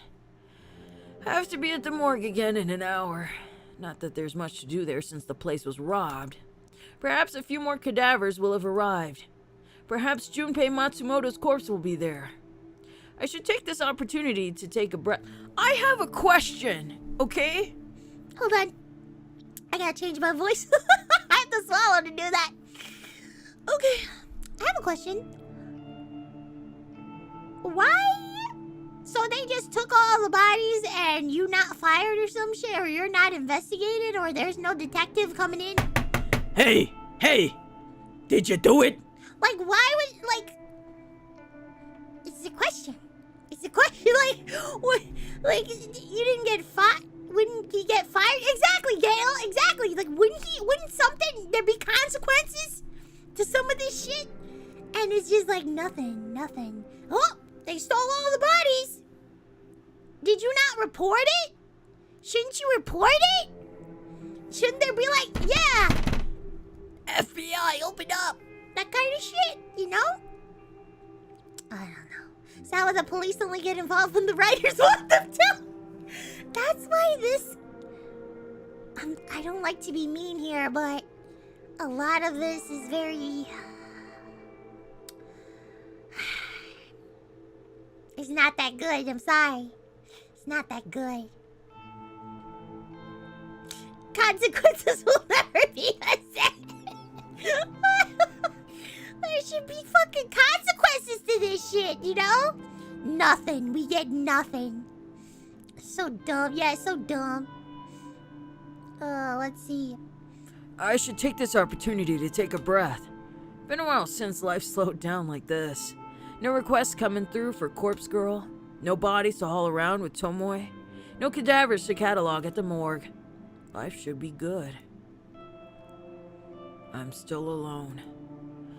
And Noriko may decide to discard me at any moment. Why does that make me want her more? I want to prove my worth, my value. Prove to her that I'm worth keeping around. Don't know. Doesn't matter in the long run. After brewing myself a cup of coffee using the French press Tomoe gifted me, I take a seat in my chair. Sitting alone in the darkness is somewhat depressing. But it's only temporary. I won't be alone forever. Soon, Noriko will sit here with me. We'll be together in the darkness. I'll make her see my worth. I'll make her love me the way that I love her. I'll make her fill the void that Shizuku left in my life. I'll make her treat the gnawing pain in my insides. I'll make her save me from falling into despair, from falling into old habits. Noriko will save me from myself, just like Shizuko once did. I take a sip of coffee. It's still a little hot and it scalds the gap in my mouth where my tooth once was. It hurts, but I'll be okay, soon.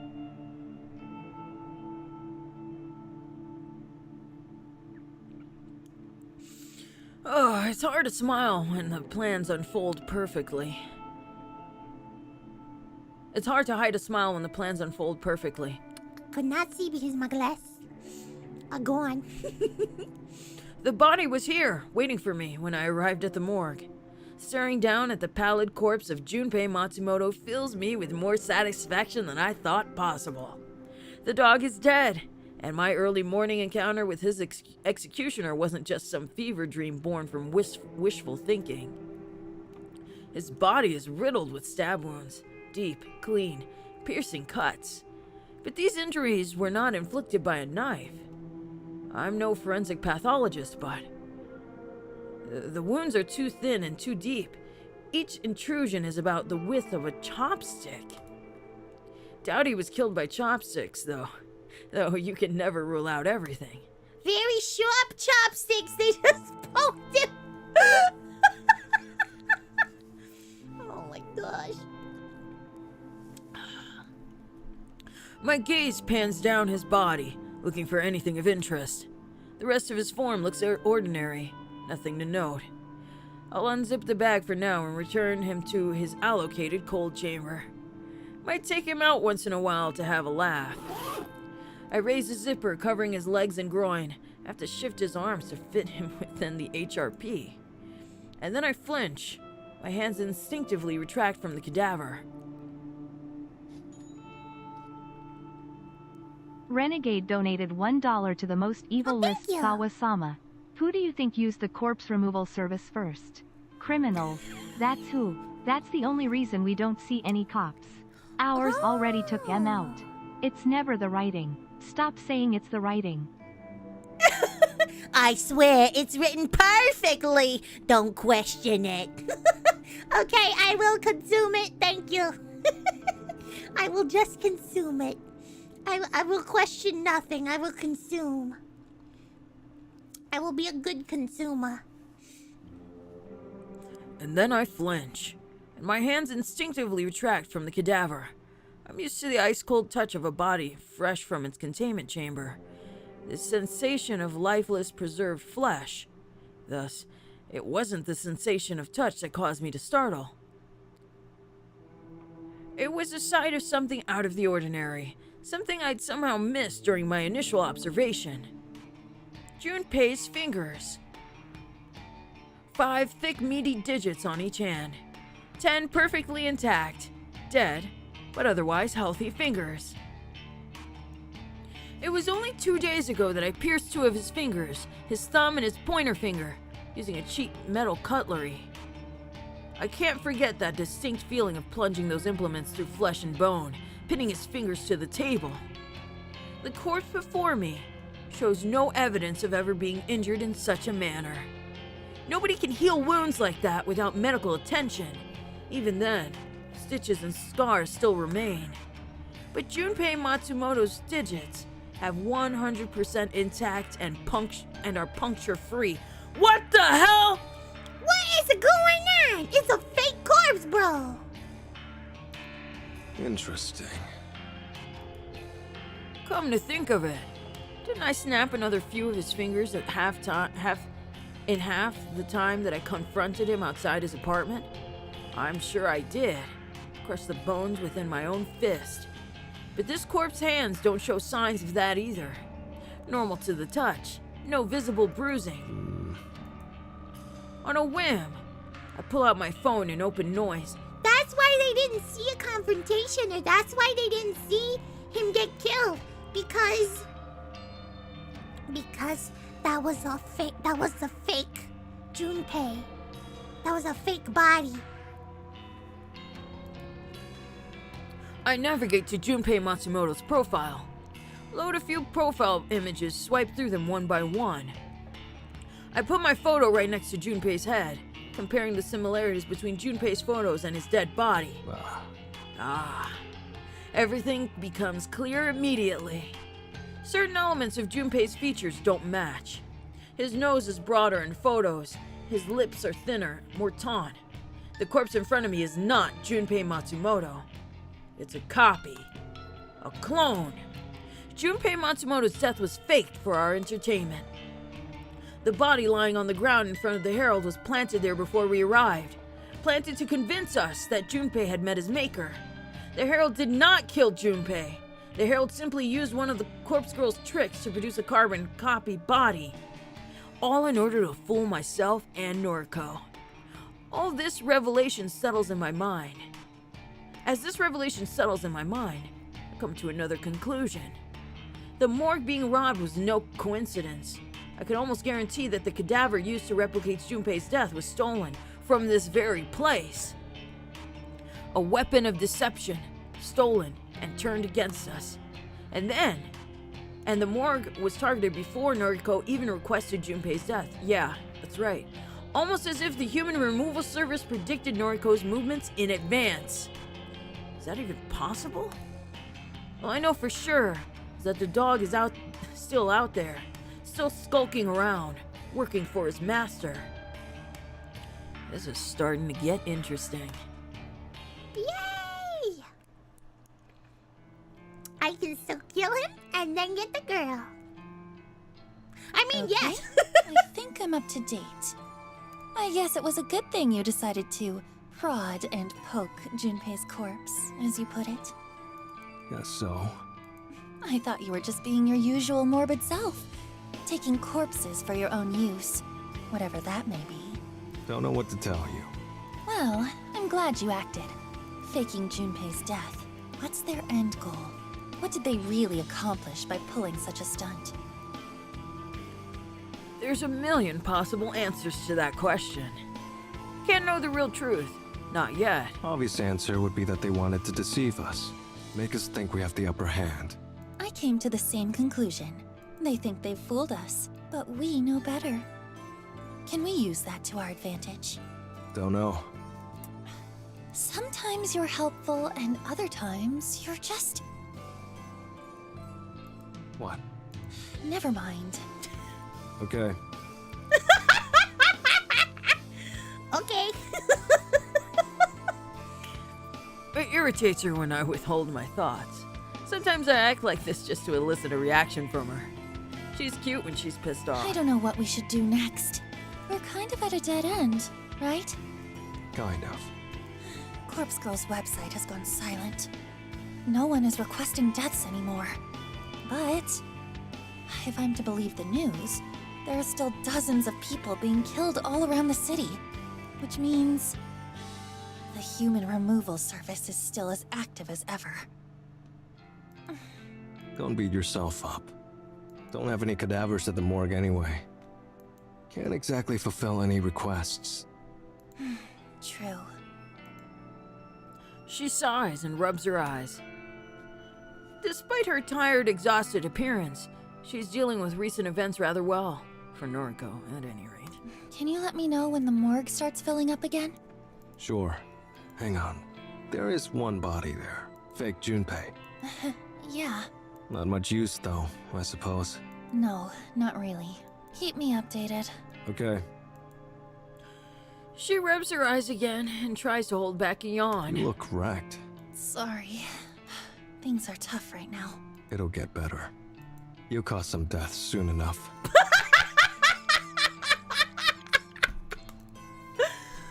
My words have a strange effect of actually cheering her up slightly. I know we're not exactly the most normal people. The things we do, the causes we devote ourselves to, they are wrong. There's no other way to put it. I know this. I trust that Noriko knows this as well. We're morbid, sick, disgusting. Noriko slaughters innocent people in the name of Corpse Girl, her fabricated idol, or alter ego, or whatever else she would be. I don't know what she could be. As for me, I've got as much blood on my hands as Noriko does. She likes to believe she's innocent, but the truth is that she's just as guilty as any killer. I don't see myself the same way. I know for a fact that these things I've done are enough to put me behind bars for the rest of my life. I don't try to convince myself that I'm something I'm not. I'm a criminal, plain and simple. But Noriko is a kindred spirit. We're connected on some level that I don't expect the average person to understand. We're bonded by things we've done, the death we've witnessed. Looking at her now, this tired girl worn thin by stress, I can't help but be reminded of Shizuko. I messed up with Shizuko. I didn't take the time we had together seriously. I took it all for granted. I won't make the same mistake with Noriko. I'll make her mine and I'll prove my love. I'll prove my love to her every day. Oh! Perhaps that will convince her to not discard me when I'm run out of use, yo. Oh! What a simp! Want something to eat? She glances at me and opens her mouth, but weighs her words before speaking. Thanks, but you know me. I know. Of course I know. I know so much about her. She doesn't eat. Not unless she absolutely has to in order to live for another day. Something light? A salad? I want to share a meal with you. I can't. Okay, I understand. I do. I get it. It's Noriko. Her convictions are what I admire most about her. What would it say of her character if she were to break her convictions with a simple invitation? We should get married.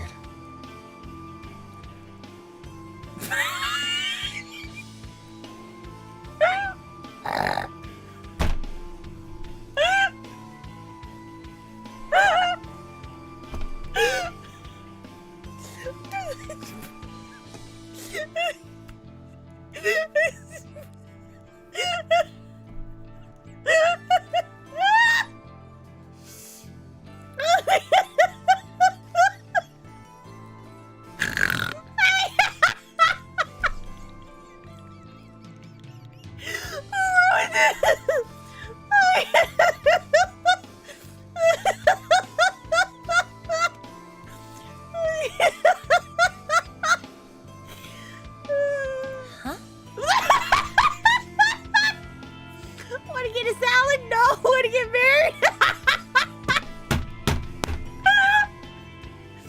Oh, he's so pathetic. He's literally me. Oh no. Oh no. I'm happy I didn't skip this fucking game tonight. I needed it. I fucking needed it.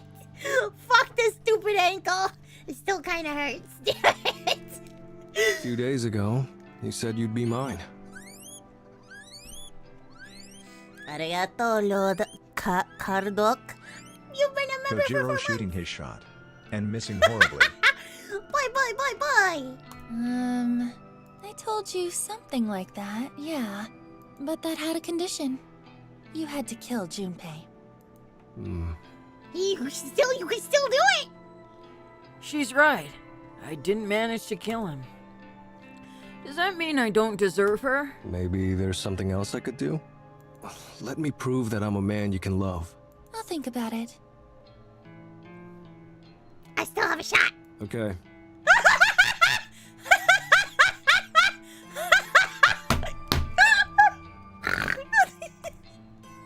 So she's saying there's still a chance. Yes. I'll take that. I'll take that. It's better than an outright no. Maybe you should get going for now. I need to sleep. Okay. I'll leave her be. Should get some sleep myself. Later. Bye, Kojiro. Something about the way she says my name He could sends a just get chill the down my 4chan data spine. and skip her. Hold on, I'll read that. Thank you, Tony. You've been a member for 8 months. Boy.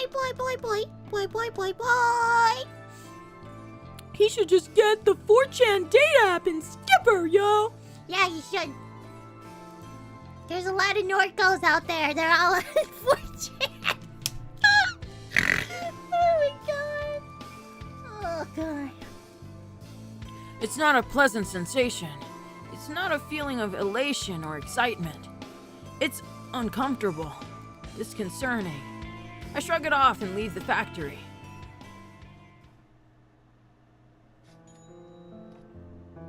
Renegade donated $1 to the most evil What? list Sawa-sama. Dude, she's just not that into you. She came up with an elaborate ploy to not have to be with you. How dense is this guy? I'm mad that these aren't coming up. Is it because they're not? Yeah, they're not. Fuck. I have to set it up. Wait, hold on. Let me write it down on the boomer paper. But yeah, he's so fucking dense. Well, he was her stalker. You know. Hold on. Check notifications. I will check those. I don't know why they're not showing. But people can hear them, so.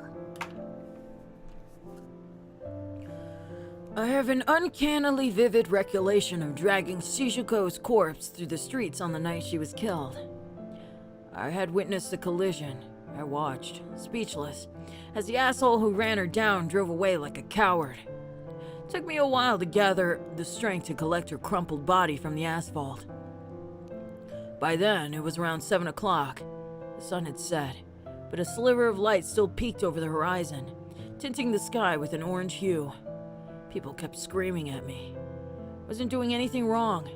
Wasn't trying to smear Shizuko's blood on the sidewalk. Just wanted to take her home. She was hurt or dead. No point in leaving her in the middle of the road. She didn't comment on my suit. Got all dressed up just for her. Didn't comment on the ring, even as I slipped it on her stiff finger. She didn't say a word about the size of the diamond. But she made a unique sound as we walked. It rings in my ears now and then, especially when I catch myself in quiet moments.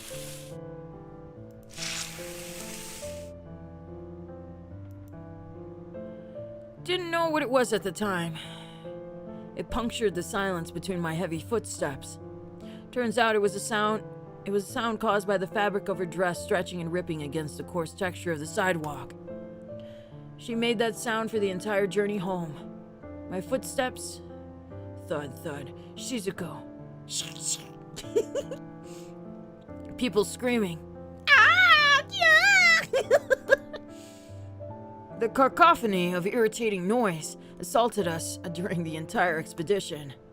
Silence didn't rear its head until we arrived at our destination. Wasn't easy getting her up the stairs to my apartment. I'd carry her in my arms dozens of times, always effortlessly. But during the final ascent, Shizuko's weight exceeded the limit of my muscles.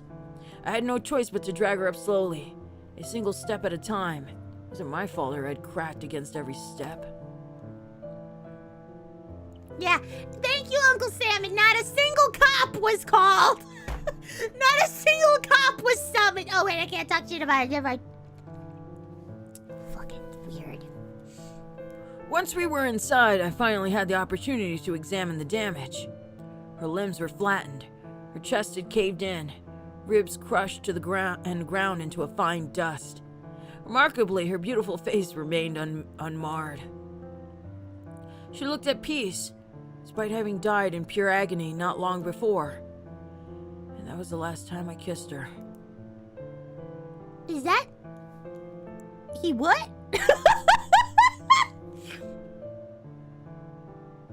Okay.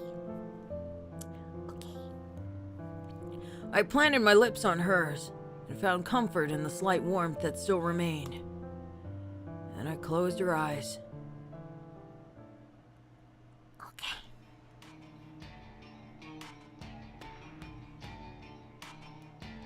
My memory of that event is so clear that thinking about it feels like I'm reliving it again for the first time. The pain hasn't dulled. But I'm glad I don't live in that apartment anymore. Climbing those steps every day would only serve to remind me of dragging Shizuko behind me. I cut myself free from the chains that shackled me to her, but I can never destroy the memories. I think they'll haunt me to the end of my days. Perhaps that's why I'm so desperate to fill the void she left in my life. I'm desperate to distract myself with the love of another. And yet, at that time, I didn't want to let her go. I wanted to hold her cold, lifeless corpse to my body and simply waste away so I could join her in the afterlife. In fact, I was so attached to her corpse that I did something I'd never done before.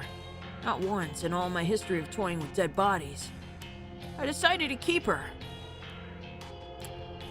Okay.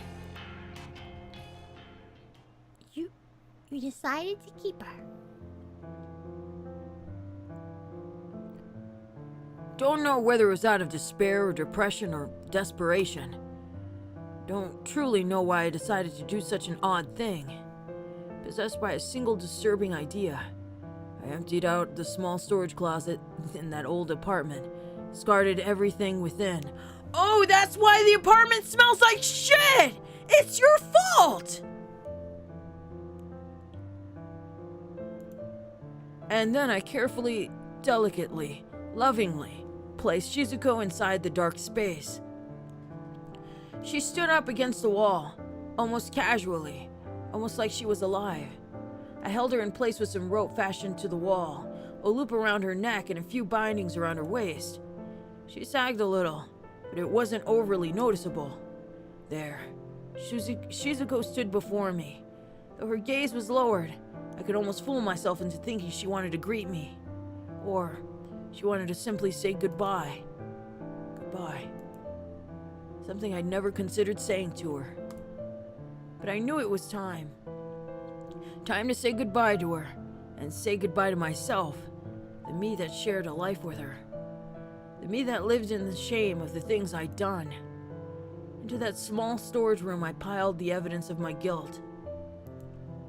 All the macabre and sickening paraphernalia I'd collected over the years found a new home within that dark space.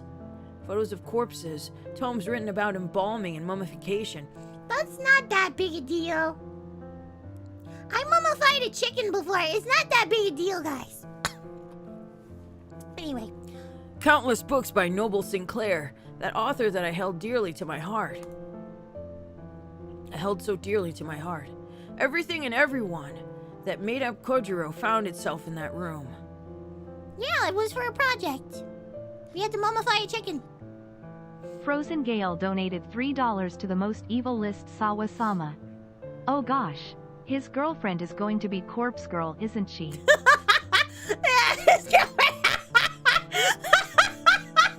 Yes. Oh gosh. It's a project, yeah. What class is it? History, I guess. I don't remember, but yeah. You have to take the chicken apart and then salt it and Roll that shit. Anonymous donated $1.69 to the most evil list Sawa-sama. Take the organs out. Wait, hold up. You did what Sawa? I took the organs out of a chicken! You eat them, you bitch! Stop crying. Stop crying. I'm not saying necromancy. I don't want the chicken to come back. Because they don't kick my ass. I don't want the fucking chicken. No. Was your teacher corpse girl? Yes. Yes, absolutely. Fucking arise, chicken. Oh, God. We just dissected a pig at my school. See if you tell people that. Tell people that. Tell people that. Ugh. You dissected a pig. You did what? He made bacon. Shut up, guys. Calm down. Mummified chicken tendies.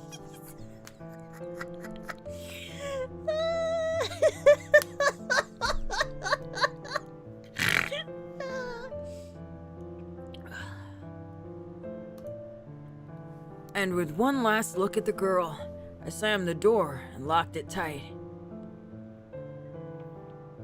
The ceremonial act of locking away everything I once loved had a cathartic effect. The moments after that aren't as clear in my mind. I know that I sealed up the room and concealed the door, but I don't recall the effort that went into doing so. I know that I decided to leave the apartment behind, but I don't recall talking to the landlord. I know that I tried to move on from being the person I once was, but I don't know how much I truly changed.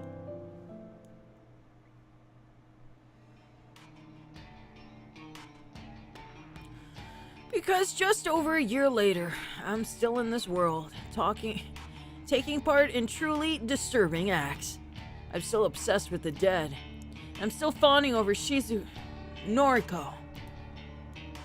Maybe people can't change, after all. Maybe I've been fooling myself all this time into thinking that I'm different now. But I'm not. I'm the same as I always was. I'm still just Kojiro. Maybe that's okay.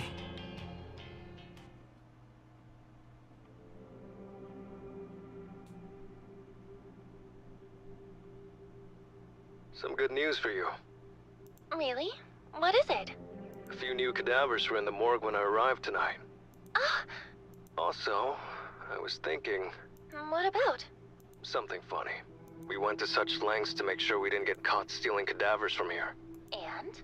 Well, it's amusing that the entire place was ransacked by the human removal service, but no one ever investigated. Yeah. Isn't that interesting? Isn't that interesting? 3 fucking days later!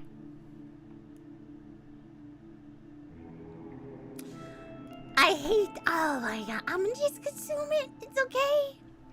No one here seemed to really care. Yeah, no one seemed to really care. We tried so hard to cover our tracks, being careful about every single corpse we lifted. Then those assholes just waltzed in and stole everything without any repercussions. Yeah, without any consequences. Yeah. Yeah. It makes me sick. I want to bring them down. No. You need to ask how that fucking happened. Shut up, Noriko. Shut up. Yeah. How did that happen? Anyway. Is that How many not bodies sus? came in today? Oh my gosh. Is that not? No, anyway. You need to figure out how the hell this happened. 4. Not a great deal, but a start. Give it a week or 2, and this place should be packed once more. Okay. Good. Thanks for letting me know. Of course. See you. Later. Yane. I can't believe this shit. Don't know, sauce. Thank you, Nessa. Oh my gosh. Since I've already cataloged the new arrivals, I figure I can relax for the rest of my shift. I plant myself on the uncomfortable steel chair parked near the morgue's entryway. A few moments later, I'm lost within the flashing lights from my phone screen. Don't know how long I zoned out for, but when I come to, Noriko's name is emblazoned across my screen. Strange for her to call me now, since we just spoke before. Yo, You're not going to believe this. try me. Somebody requested a death. Ah, that explains the excitement in her voice. Congrats. It's been a while. It's been far too long. I thought we were done for. I thought Corpse Girl's website had fallen into obscurity. Happy for you. Kojiro, we can't let this slip through our fingers. We need a victory here. This new request has to be fulfilled immediately. I want this victim to die with a bang. I want his death to propel Corpse Girl's name back into the limelight. You know, you could, okay, with a bang, you could just fill the body with dynamite and just send it to him. That sounds a lot of Looney Tunes type shit, but it'll work. Yeah, probably a trap. You know that's right. Roger. Awaiting your orders. I'm sending you the Vic's photo. Get me a corpse that matches his appearance, just like usual. Only got a handful of bodies here, remember? Going to be a long shot. Do whatever the fuck you have to do. Her icy cold command leaves no room to be misinterpreted. Copy that. The call ends and I immediately receive a message from Noriko. Opening it up reveals a photo of Corpse Girl's latest victim. Male, mid-30s or so. Fairly unremarkable guy.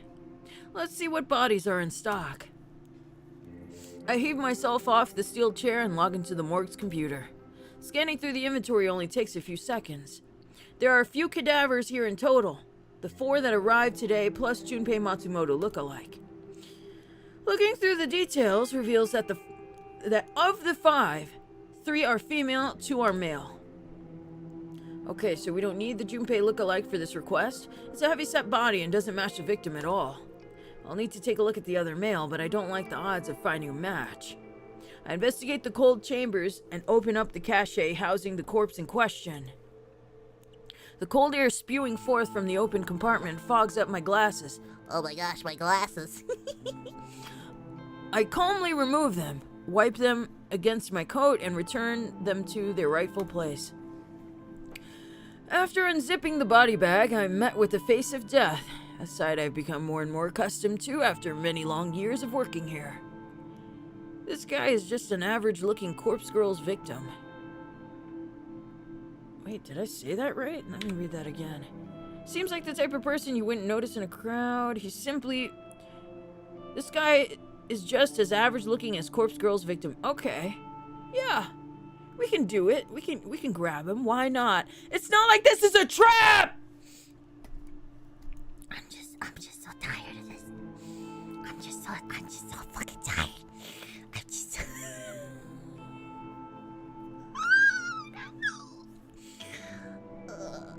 Seems like the type of person you wouldn't notice in a crowd. He'd simply be a blur against a sea of bodies. Might be exactly what we need.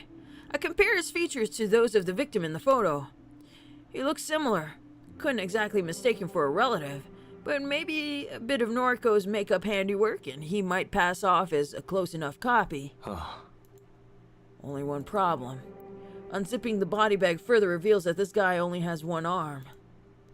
His left arm has been severed just below the elbow, leaving a surgical stump. It's something that he has clearly lived with for years, because the area in question is clean. Probably had a prosthetic limb before being moved to the morgue. This particular feature is a deal breaker. Too hard to convince the victim of his own corpse if it's missing a limb. Here's the thing! We just put a fake one. Yeah, and no one will... This has left him stumped. Shut up, Rickman! Yes. Although, perhaps Noriko could factor the missing limb into the cause of death. Oh, yeah, that could work. If I bloodied the stump a bit, it could be made to look like he lost an arm before he died. I reach for my phone and call Noriko back, getting sick of the chit-chat. You find a suitable corpse? Actually, it would have been more like this. Getting sick of the chit-chat. Because that's how he delivers things, you know? All cool-like. Almost. Got a guy about the same age and build. Plain face. Needs some work, but could do the job. Great! I'll send Tomoe over with the van right away. Just one thing. What? The body is missing an arm. Oh, that is a problem. Yeah. Can you edit the corpse photo so that the victim is missing an arm? Make it look like it got chopped off before he died. That way, when he receives the actual corpse, he'll be expecting a missing limb. No. What the fuck? Cooperate with me. We're a team, right? What the fuck? Oh my gosh. No. No? I'm already in the middle of making the photo. So you could just use your little Photoshop and gone. I'm not changing it now. Yes, you should change it now. Then I don't know what to tell you. Don't have any other suitable bodies. Make it work, Kojiro. What? That venomous tone What can again. I do? Not going to roam the street and kill someone that looks like the Vic. Come up with something else then. Hell, chop your own arm off and attach it to the corpse. I don't care what you do, but I need the body within the hour. If you let me down, I'll never be with you. Our relationship is tied to Corpse Girl's fate. If you let her down, you'll let me down. And I don't like being let down. She knows, bro. Whoever said it in the chat, you're right. She knows she can manipulate him. He should never have said he loved her. He should never have fucking said that. Oh my gosh. A real Noriko moment? That's right. My phone beeps twice as if to protest Noriko abruptly ending the call. Fantastic. She likes backing me into corners. What am I supposed to do? It's clear that she doesn't really have any intention of being with me. She's using me. At least he knows. Dangling the promise of something I desire right in front of me. And yet, I need to have her. I need to prove to her that she should be with me.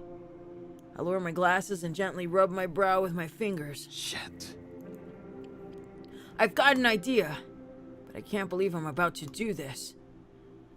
I slide my glasses back up and adjust them so they're comfortable once more.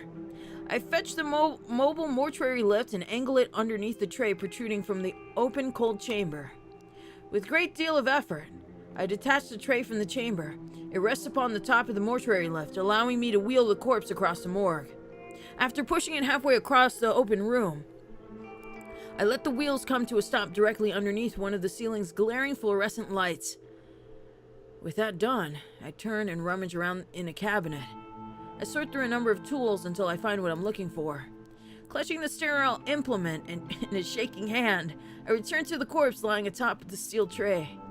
I roll up my sleeves of my okay. What do you think he's gonna do? What do you think he's gonna do? No fucking way. We had 2 males. You could just cut off the other one. You could even put a female one on. Kojiro, no! For Noriko. No! Here goes. Baka! Oh, you stupid! Ah! When the metal bone saw digs into the soft flesh of my arm, I have to grit my teeth to refrain from screaming. I angle the blade so it cuts away from my elbow. No need to leave it intact. The cutting process is pure agony. To prevent myself from passing out, I keep my breathing steady and try to focus on something simple. Something my brain can handle while aflame with pain. I begin to count. 1, 2, 3. I count the seconds that it takes for the jagged metal saw to reach the bone. 15, 16. Still the flesh and muscle and blood splurting down my coat. 20, 21. I think I reached sinew. After 24 seconds. It's hard to tell because there's a terrible numbness that is somehow worse than the original searing agony. My fingers clutching the saw began to slip due to perspiration. It's getting harder to even hold the tool. After some 32 odd seconds, the saw hits bone. I slide it back and forth, cutting into the dense matter with such as much strength as my failing body can muster. Vomit and drool have soaked the front of my coat and begun to smear together with blood.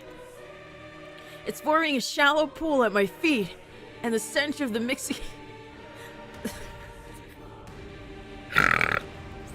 is so fucking stupid.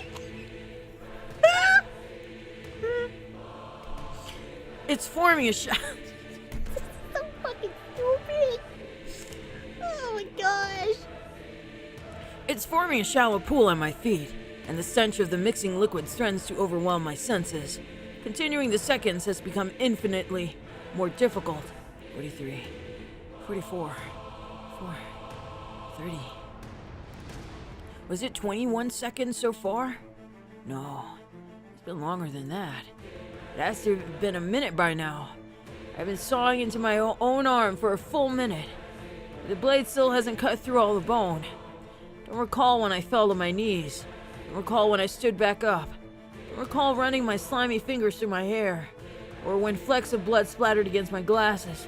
Or when my bladder relieved itself. Don't recall why I'm doing this. Is it for Shizuko? Is it because I love her? No. Noriko. It's for Noriko. Actually, it's for Corpse Girl. I have to prove I'm worthy of her. I have to be loved by her. There's nothing else for me. 97, 98. As the count reaches 99 seconds, my right arm falls to the wet tiled floor, flopping like a dead fish against the deck of a boat. Oops, wrong arm!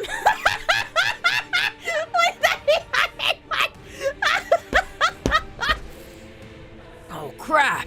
It's the wrong arm.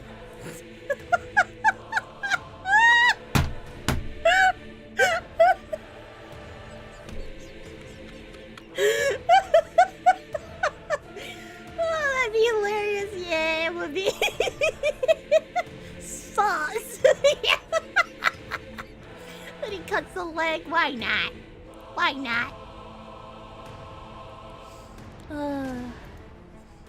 I let out a groan of what can only be called relief as I slump in on myself, resting in a pool of foul liquid. My vision is blurry, my breathing is ragged. The sane part of my consciousness knows I need to treat my wound. I need to apply a tourniquet and casterize the damage, or I'm just gonna bleed out and die on the floor of my own morgue. But a quiet voice in my head, the very same one that drove me to such an extreme measure, urges me to finish my work. Getting to my feet is a struggle. I try to push myself off the ground using both arms, but, of course, I fall flat on my face when my right arm fails to react to my mental instructions. I think my lenses and my glasses smashed against the tiles because my eyes seem to be bleeding now. My second attempt at pushing off... What? Frozen Gale donated $3 to the most evil list Sawa-sama. Oh, thank you! With this act, Kojira proves that Tomo truly is the smartest character in this whole thing somehow. Oh, Renegade, hold on. You tipped $1. Oh, shit. Hold on. Hold on. It's not scrolling right, though. With all of this rejection, I had an epiphany. Due to this guy's past and his current willingness to kill, does he know a corpse girl? Does he know corpse girl can't say no, right? Oh my gosh. Go to the log.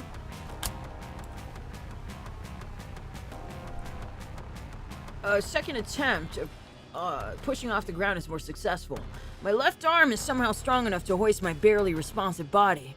I sway and stagger around aimlessly before collecting myself enough to attempt to fish my severed arm off the ground.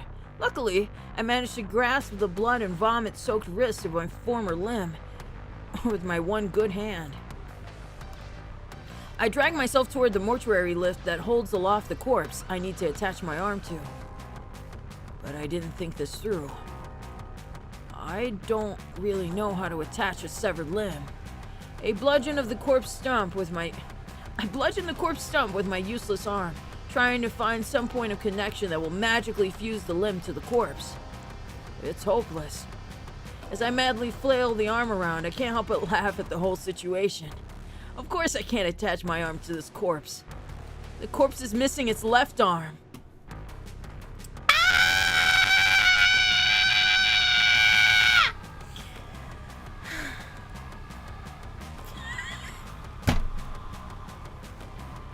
Did I write this? Did I write this? Is this that bad that I wrote it? Oh my gosh.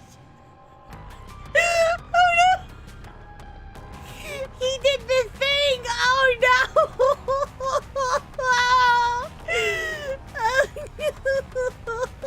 Rick Bain donated $5 to the most wickedest Sawa-sama. Noriko then says she likes men with right arms. Then he will be in a pickle. I only date guys with right hands, you know, that are fully connected. Oh my.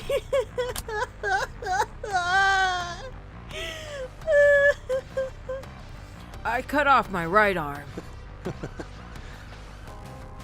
Good one.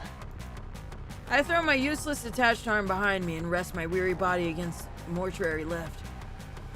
Accompanying my laughter is the laughter of somebody else nearby. I have to listen really intently to confirm that I'm not just hallucinating, but I'm certain that somebody just walked into my line of vision, even if they are nothing more than a dark, blurred silhouette. Oh, bro, you don't look so hot. What'd you do, cut off your own arm? I know the voice, but I can't place it right now. It's not my voice. It's not Noriko's voice. Want me to take the pain away? Yes, please. I'd give anything to remove the pain. I can't voice my consent. My mouth is dry, my jaw locked in place. Nothing a little fire can't fix. The figure comes closer. It smells foul, like a dog that is bathed in gasoline. A dog? The heavyset figure that I now assume is Junpei Matsumoto is crouched over me. The smell of gasoline intensifies as he pours some sort of cold liquid all over my clothes. Pity I gotta light this place up. But you guys didn't get the hint when we stole all of your corpses. Well, you ain't gonna be nothing without your precious Morg. And Corpse Girl is gonna wither away without her right-hand man. Right hand. See, this is... Get it, Gojimbo? The way he deliberately mispronounces my name really bothers me. Bothers me so much. The anger boiling inside me gives me the strength to open my mouth once more. It's Kojiro. Sure, bro. Sleep tight. The dog lifts his body and disappears into oblivion behind my sight. The unmistakable sound of a match being struck should fill me with panic, but I feel strangely calm. Warm, glowing tendrils of flame flicker around the outskirts of my vision. Bebop Singh donated $1 to the most evil list Sawa-sama. Can I give you a hand? Maybe later. The entire morgue is alight. The acrid smell of smoke quickly covers up the odor of gasoline. Fire. I lost my family to fire so many years ago. Maybe it's fitting that I should perish in the same way. Fire. I hate fire. I hate it and fear it. Fire. It's everywhere, surrounding me. He's probably like, this is fine. His arm is severed. There's fire all around him. This is fine. The sickening stench of burning flesh permeates my nostrils, and I realize that it's the smell of my severed arm being incinerated behind me. Fire. I close my eyes. Really sleepy now. Lost a lot of blood after all. Sorry, Noriko. Sorry I loved you. Aw, bro. If this is how it ends, man! It would have been funnier if he said saws. Saws, Noriko. Bad ending? No, we still have more. We have Act 3 with Aoi.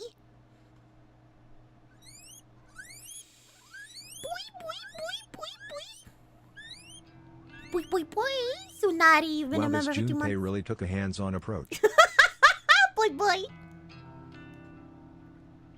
How does she sound? It's like a little whisper. Oh, I'm so mad. I really wish I could scream at him. I really, really, really want to scream. But he's one of my best customers. I just wish he could take the rules seriously. Ooh. I said no free refills. I said no refill, no free refills. Ooh. The squeak of my voice surprises even me. Gosh, I never yelled at a customer before. It feels so liberating. I feel free. The customer hangs his head. He looks as guilty as I feel on the inside. Oh gosh, I shouldn't have raised my voice at him. Stupid, stupid, stupid. I'm going to get fired for this. I just know it. Sorry, Miss Aoi. I'll never ask again, I promise. Make sure you don't. That's it. Don't let him see you back down. Be firm, girl. Stand up for yourself. The customer scurries away, and I nearly faint from the adrenaline pounding through me. What a rush! I can't believe I didn't back down. Deep breaths. Deep breaths. When I feel like I've calmed down, I fetch a cloth and begin to wipe down some tables. This place hasn't been too busy lately. I still shake when I think about the incident last month that drove away a lot of our customers. That man, that tall, scary man with glasses and an evil face. He hurt my sweet little Junpei. He cornered him in this very cafe and stabbed his fingers with cutlery. What kind of sick freak does such a thing? I know there's something between those two. I can't ever forget the time that man left Junpei all bruised and broken on the ground outside his apartment.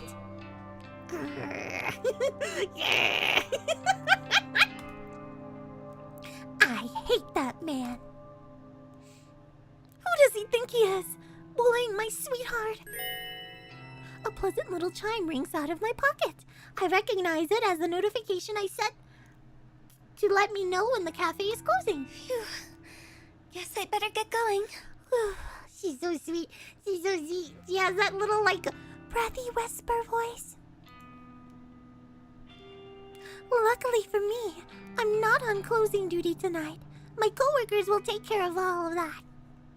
All I need to do is sign out of the employee app on my phone. And my full shift will be automatically recorded. Then I'll get paid on time, just like usual. Bye, everyone. Oh, so breathy. I wave farewell to the other girls and duck out of the front door.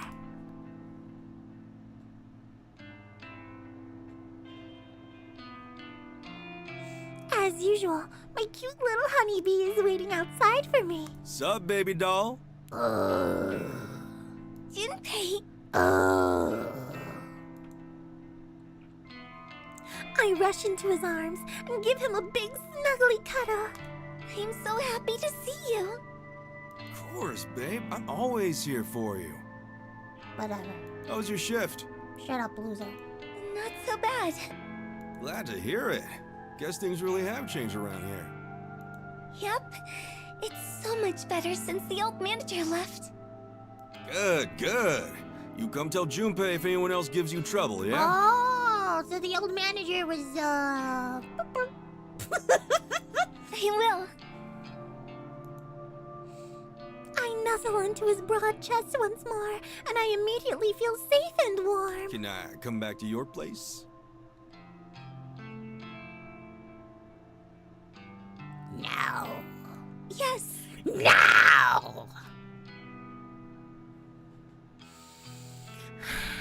Where's is my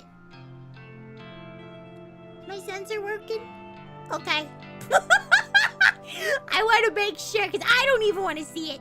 I don't even want to see it. It would infuriate me. He holds my hand and leads me towards the train station. I'm so excited to be with him again.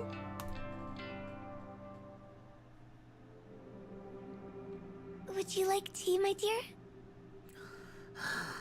Whoa now, Sugar Plum. You've been serving drinks to people all day. You go kick your feet up, and I'll do the brewing. Junpei is so thoughtful. Every word he makes it clear how much he cares for me. Oh, every word he says makes it clear how much he cares for me. Thank you. I heed his instructions and nestle myself comfortably into the sofa. As I await for him to finish up in the kitchen, I scroll through my noise feed.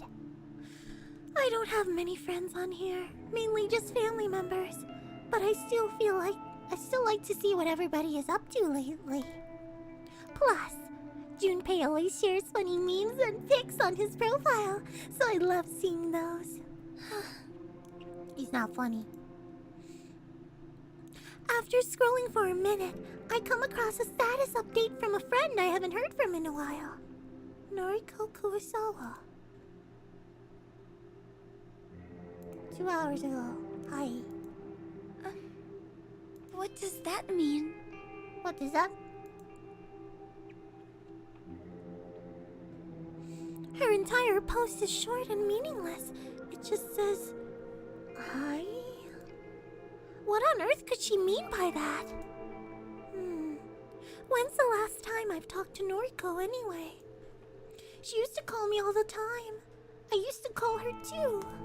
But somewhere along the line, we fell out of touch.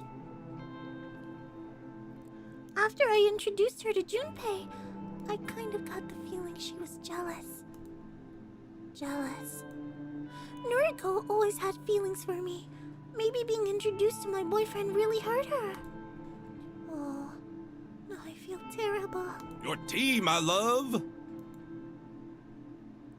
Junpei sets down 2 teacups on a small coffee table in front of the sofa. Steam rises slowly from both cups. The sight and scent immediately relaxes me. Thank you, Pumpkin.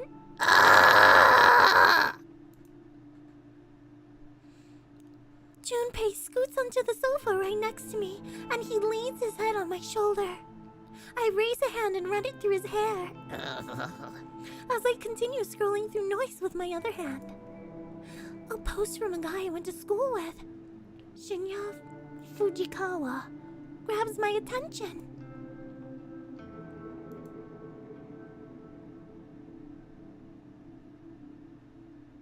One step closer to solving the mystery of the deaths around Tokyo.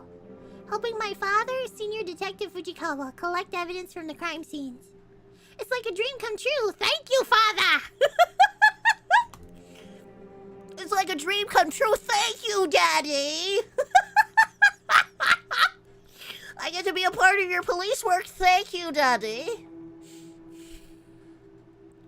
What a weirdo. Nepotism activate, that's right. Oh, man. Interesting. I think Shinya always wanted to be a detective. Come to think of it, we were supposed to work together at Temujin. Shinya lined up that job for me and I... Who's this dude? Junpei's gaze is fixated on Shinya's profile picture. Oh, Shinya? I tap on his pic and load his full profile. We went to school together. I scan through his profile and read some of his more recent posts. 3 days ago? My father, Senior Detective Fujikawa, has enlisted me to help with his top secret investigation. Can't divulge any further info. My lips are sealed top secret! Oh my gosh! The twink is a cop now! Oh, there's more? So happy that I managed to get a lead on this case. I've submitted some information to the detective in charge of several murders around Tokyo. Senior Detective Fujikawa, who just happens to be my father! Did you know that? Did I let you guys know that? Did you know he was my father? And he said I can join the investigation team as a probationary member. This if guy you didn't has a know. real father complex, doesn't he? Yeah, he loves his dad. Shut up, loser. Maybe. Okay, let's see. No one tells you what to expect when you experience heartbreak. No one tells you how hollow and empty you feel. It's important to throw yourself into your work. I will do so. Heartbreak? Something about this dude tells me he's never had a girlfriend in his life. Shut up, loser! Huh. I wonder...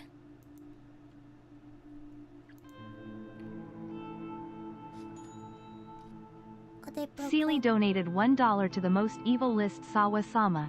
I think we're gonna need more than the Twink Defense Force to protect Shinya at this point. Probably. Farewell, my love. I'm sorry I couldn't be the man you wanted me to be. To Tomoe Watanabe, my soulmate, my other half, my one and everything. Please forgive me. Jeez. What did he do? Have some dignity, dude. Shut up, loser. Have a fucking diet. Shut the fuck up. Wow. He really likes to share everything, doesn't he? Yeah, he does. I swear, he never used to be this dramatic. Junpei yawns and puts his arm around me.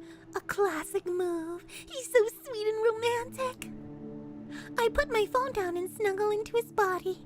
He's like a big soft teddy bear. I should get going once I finish this cup of tea. Yeah, you should leave. Really? Do you have to go? Yeah, sorry, babe.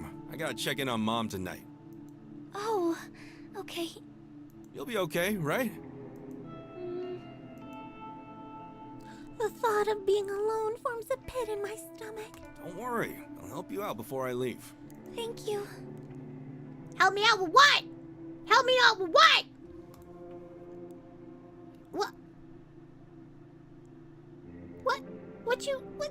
What you finna help me out with? You ain't gonna help me with nothing!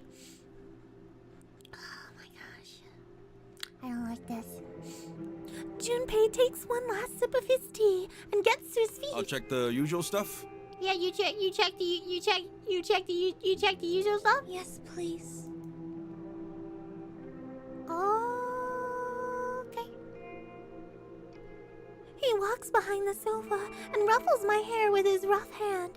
The bandages wrapped around his fingers feel coarse against my scalp. As he wanders around my small apartment, he calls out to me. Oven and stovetop are both switched off. Oh, yeah, she's paranoid about that stuff. The kitchen tap is off, no drips. She has OCD. He moves into the bathroom. His voice echoes against the tiled wall. Tap is off in here too. And the shower is off. Finally, he moves to the front door. I'll lock this door properly when I walk out. You just have to put the deadbolt in place, okay? Okay. Thank you. Anytime, sugar. I'll see you tomorrow, okay? Okay. Love. With that, Junpei walks out the door and closes it behind him. I quickly dash from the sofa to the door and slide the deadbolt into place. All done. All done. The door is locked. The door is locked. The door is locked. I do that a lot. I check all my stuff I check everything. I have to check everything. Make sure. Gotta make sure. Especially the stove. Is the stove off right now? I should check that. I should end the stream just to check that. It's off. It has to be, or else Tsunari I'd be donated burning. $1.99 to the most wickedest Sawa-sama. I can't take this, I'm throwing up my entrails. Bro, I'm the same way. You should go check. I don't need to go check. I've come to a point where I'm just like, yeah, I'll just burn. Yeah, just burn. Because my mind just keeps going, yeah, you need to check it, don't you? I was like, no, because I would have smelled it by now. And then my brain goes, yeah, you would have, wouldn't you? I was like, yeah. I would have. Shut up, brain. Shut up. This is fine, yeah. Just like, Wow, just like Kojiro. yes, just like Kojiro. Just like me, for real. I take a deep breath and tiptoe back to the sofa, then collapse onto it. Junpei is so good to me. He truly helps me out. When I'm alone, I find it so hard to be sure that everything is in order. I can't sleep or leave the apartment if there's a possibility that I've left a tap running or an appliance switched on.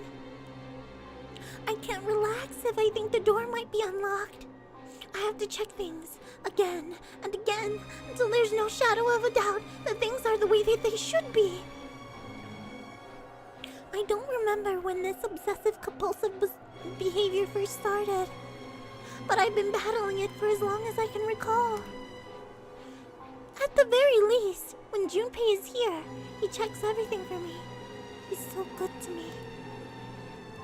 It saves me so much time. It stops me from having to stand in front of the kitchen sink for 5 minutes, constantly checking and double-checking if the tap is running. Nah, I ain't that bad. I ain't that bad. I ain't that bad. Logically, I know it's easy to see if the water is flowing from the faucet. You can see it, you can hear it, and you can feel it if you slip your hand underneath the flow. But logic rarely applies when I find myself second-guessing my own senses. I can glance at the faucet and tell myself that it's been turned off properly. It's not dripping. But when I turn away, what if I'm wrong? What if it's actually still running? I feel like my mind is betraying me. I feel like I can't trust anything I see or hear. When I'm in doubt, it should be a simple matter of just quickly checking one more time. But the more I check, the less certain I become. And it's not just the faucet I have trouble dealing with. It's nearly everything. I unplug appliances from the power sockets to make sure they're definitely not still there. But I'm not saying I do this sometimes, but but I maybe I know someone who used to do that.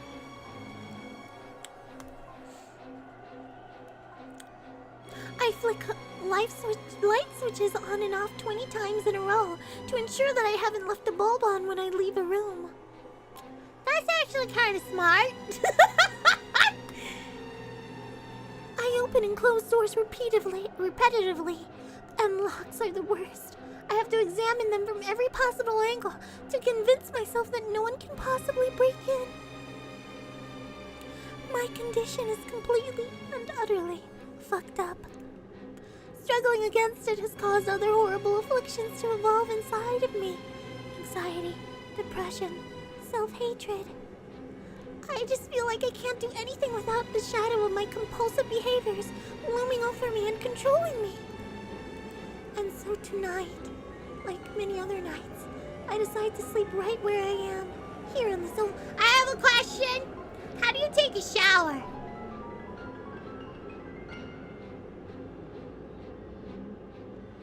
If you take a shower.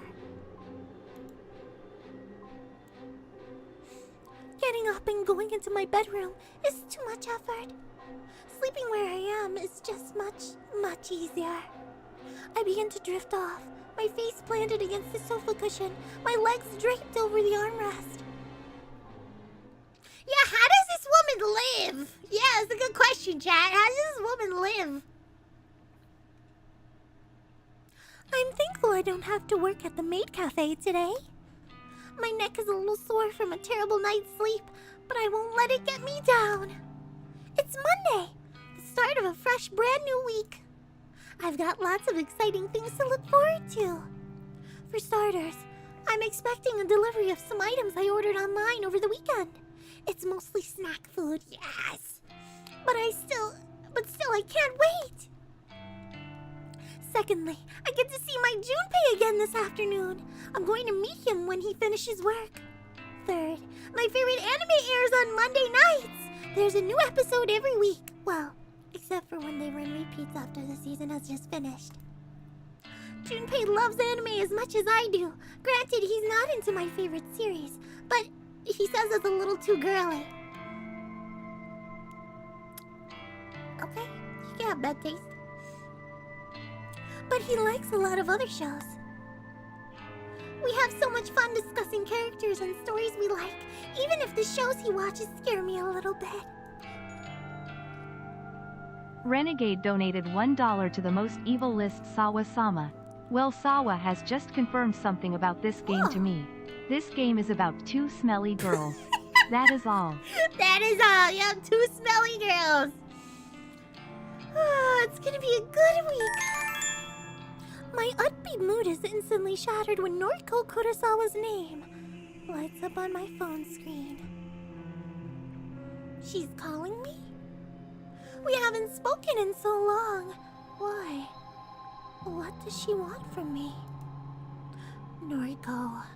She's such a chore. She whines and complains so much about her life, but she doesn't know how good she has it. So what if she's scared of leaving her apartment? Agoraphobia isn't that bad.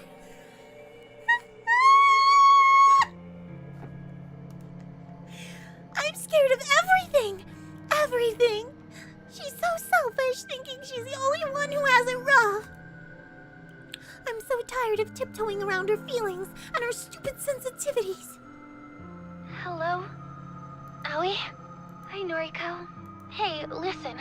I know it's been a while, but can I stay at your place for a few days?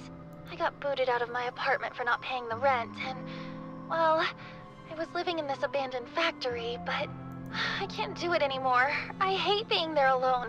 The guy I was spending time with just disappeared, and now, Aoi? Are you there? Oh my gosh! Aoi really, hates her. She's always hated her. She always fucking, you know she's always hated her? Wow. Aoi needs to go, yeah. Is this crazy bitch for real? She hasn't spoken to me for weeks, months, and now she wants to live in my apartment? Aoi? Sorry, Noriko. You can't stay here. Well, fuck you too.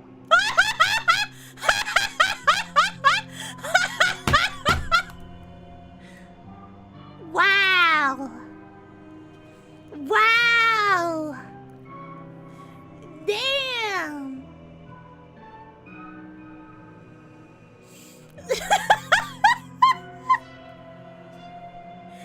Oh my gosh. My phone beeps twice and the call abruptly ends. What the hell is her problem? Before I can blink, she calls me again. I'm hesitant to answer this time, but... Noriko? Sorry, I overreacted. I think I'm in trouble. I think Corpse Girl is trying to kill me, and I need somewhere safe to stay. Ah, that's smart. Corpse Girl is trying to kill her? I think Noriko has finally lost the plot. Whatever sliver of sanity she once held onto has finally slipped between her fingers. Renegade donated $1 to the most evil list Sawa-sama. When did you switch to Class of 09? We never switched. What are you talking about? This is what we're playing, Class of 09, right? Noriko, Corpse Girl isn't trying to kill you. What? How would you know? You are Corpse Girl. Remember?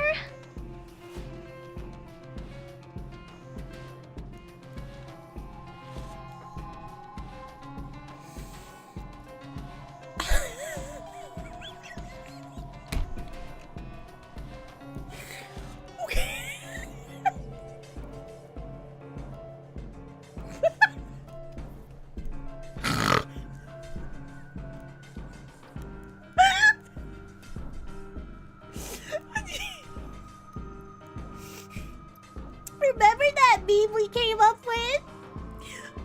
Where she's at the corner of the party? Noriko's at the corner of the party, and everybody's there. And she's like, nobody knows I'm Corpse Girl. Everybody's like, yeah, we know you're Corpse Girl. It was fucking true. Skeptical Panda donated $2 to the most wickedest Sawa-sama. The Chat OCD Maid versus the psychotic Corpse Girl. It was fucking true this whole time. Should I stop it here? It's almost at 3 hours. And my voice is kind of getting bad. Not that it really was good anyway. I don't really like it for an older guy, you know? But yeah. Oh my gosh, my stomach hurts just looking. We can't stop here? No, we gotta stop. We gotta stop. We're gonna call it a night. Yeah, we're gonna stop here. I love this stupid game. Tsunari donated $1.99 to the most wickedest Sawa-sama. I mean, we're all thinking that, but damn Noriko. Oh my gosh. Well, you know, this is cliffhanger country. We can't stop here. You can't stop here. This is cliffhanger country. I still have about an hour or more. Yeah, I'm gonna have to stop it then. My voice is bad. My voice has been bad all day. It might be because of the pollen or whatever that's been plaguing me. But yeah, I'll finish it next time. We will definitely finish this next time. So, let me save it here. This is so fucking funny. You are Corpse Girl, remember? What? Oh my god. Oh my gosh. I cannot believe this shit. I really...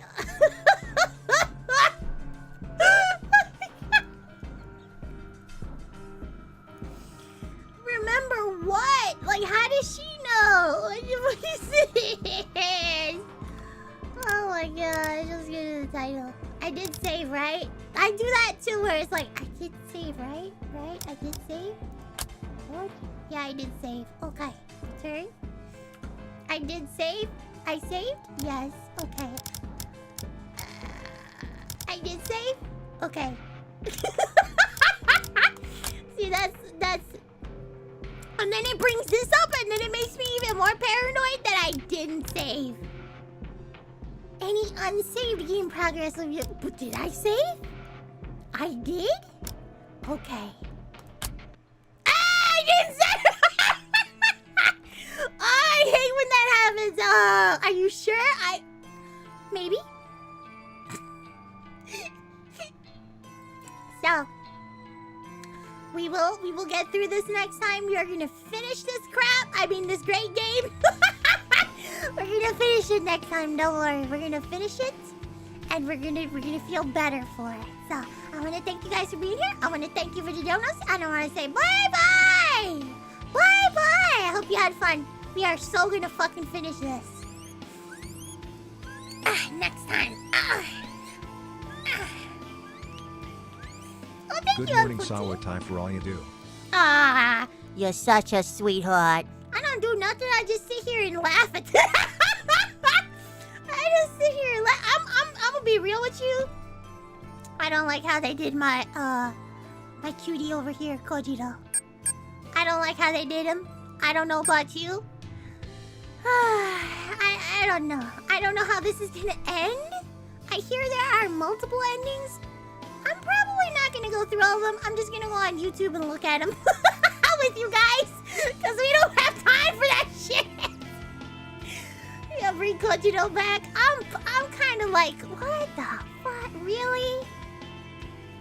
I knew it wasn't gonna end well, but come on, man. Come on. Anyway, bye-bye, Ultra Sludge. Bye-bye. I should send you somewhere. I'll send you somewhere. I'll find a place. Bye-bye. Bye-bye. Hang tight. Bye-bye. Ah, wrong place. Where's my button? Where's my button? Oh, my button.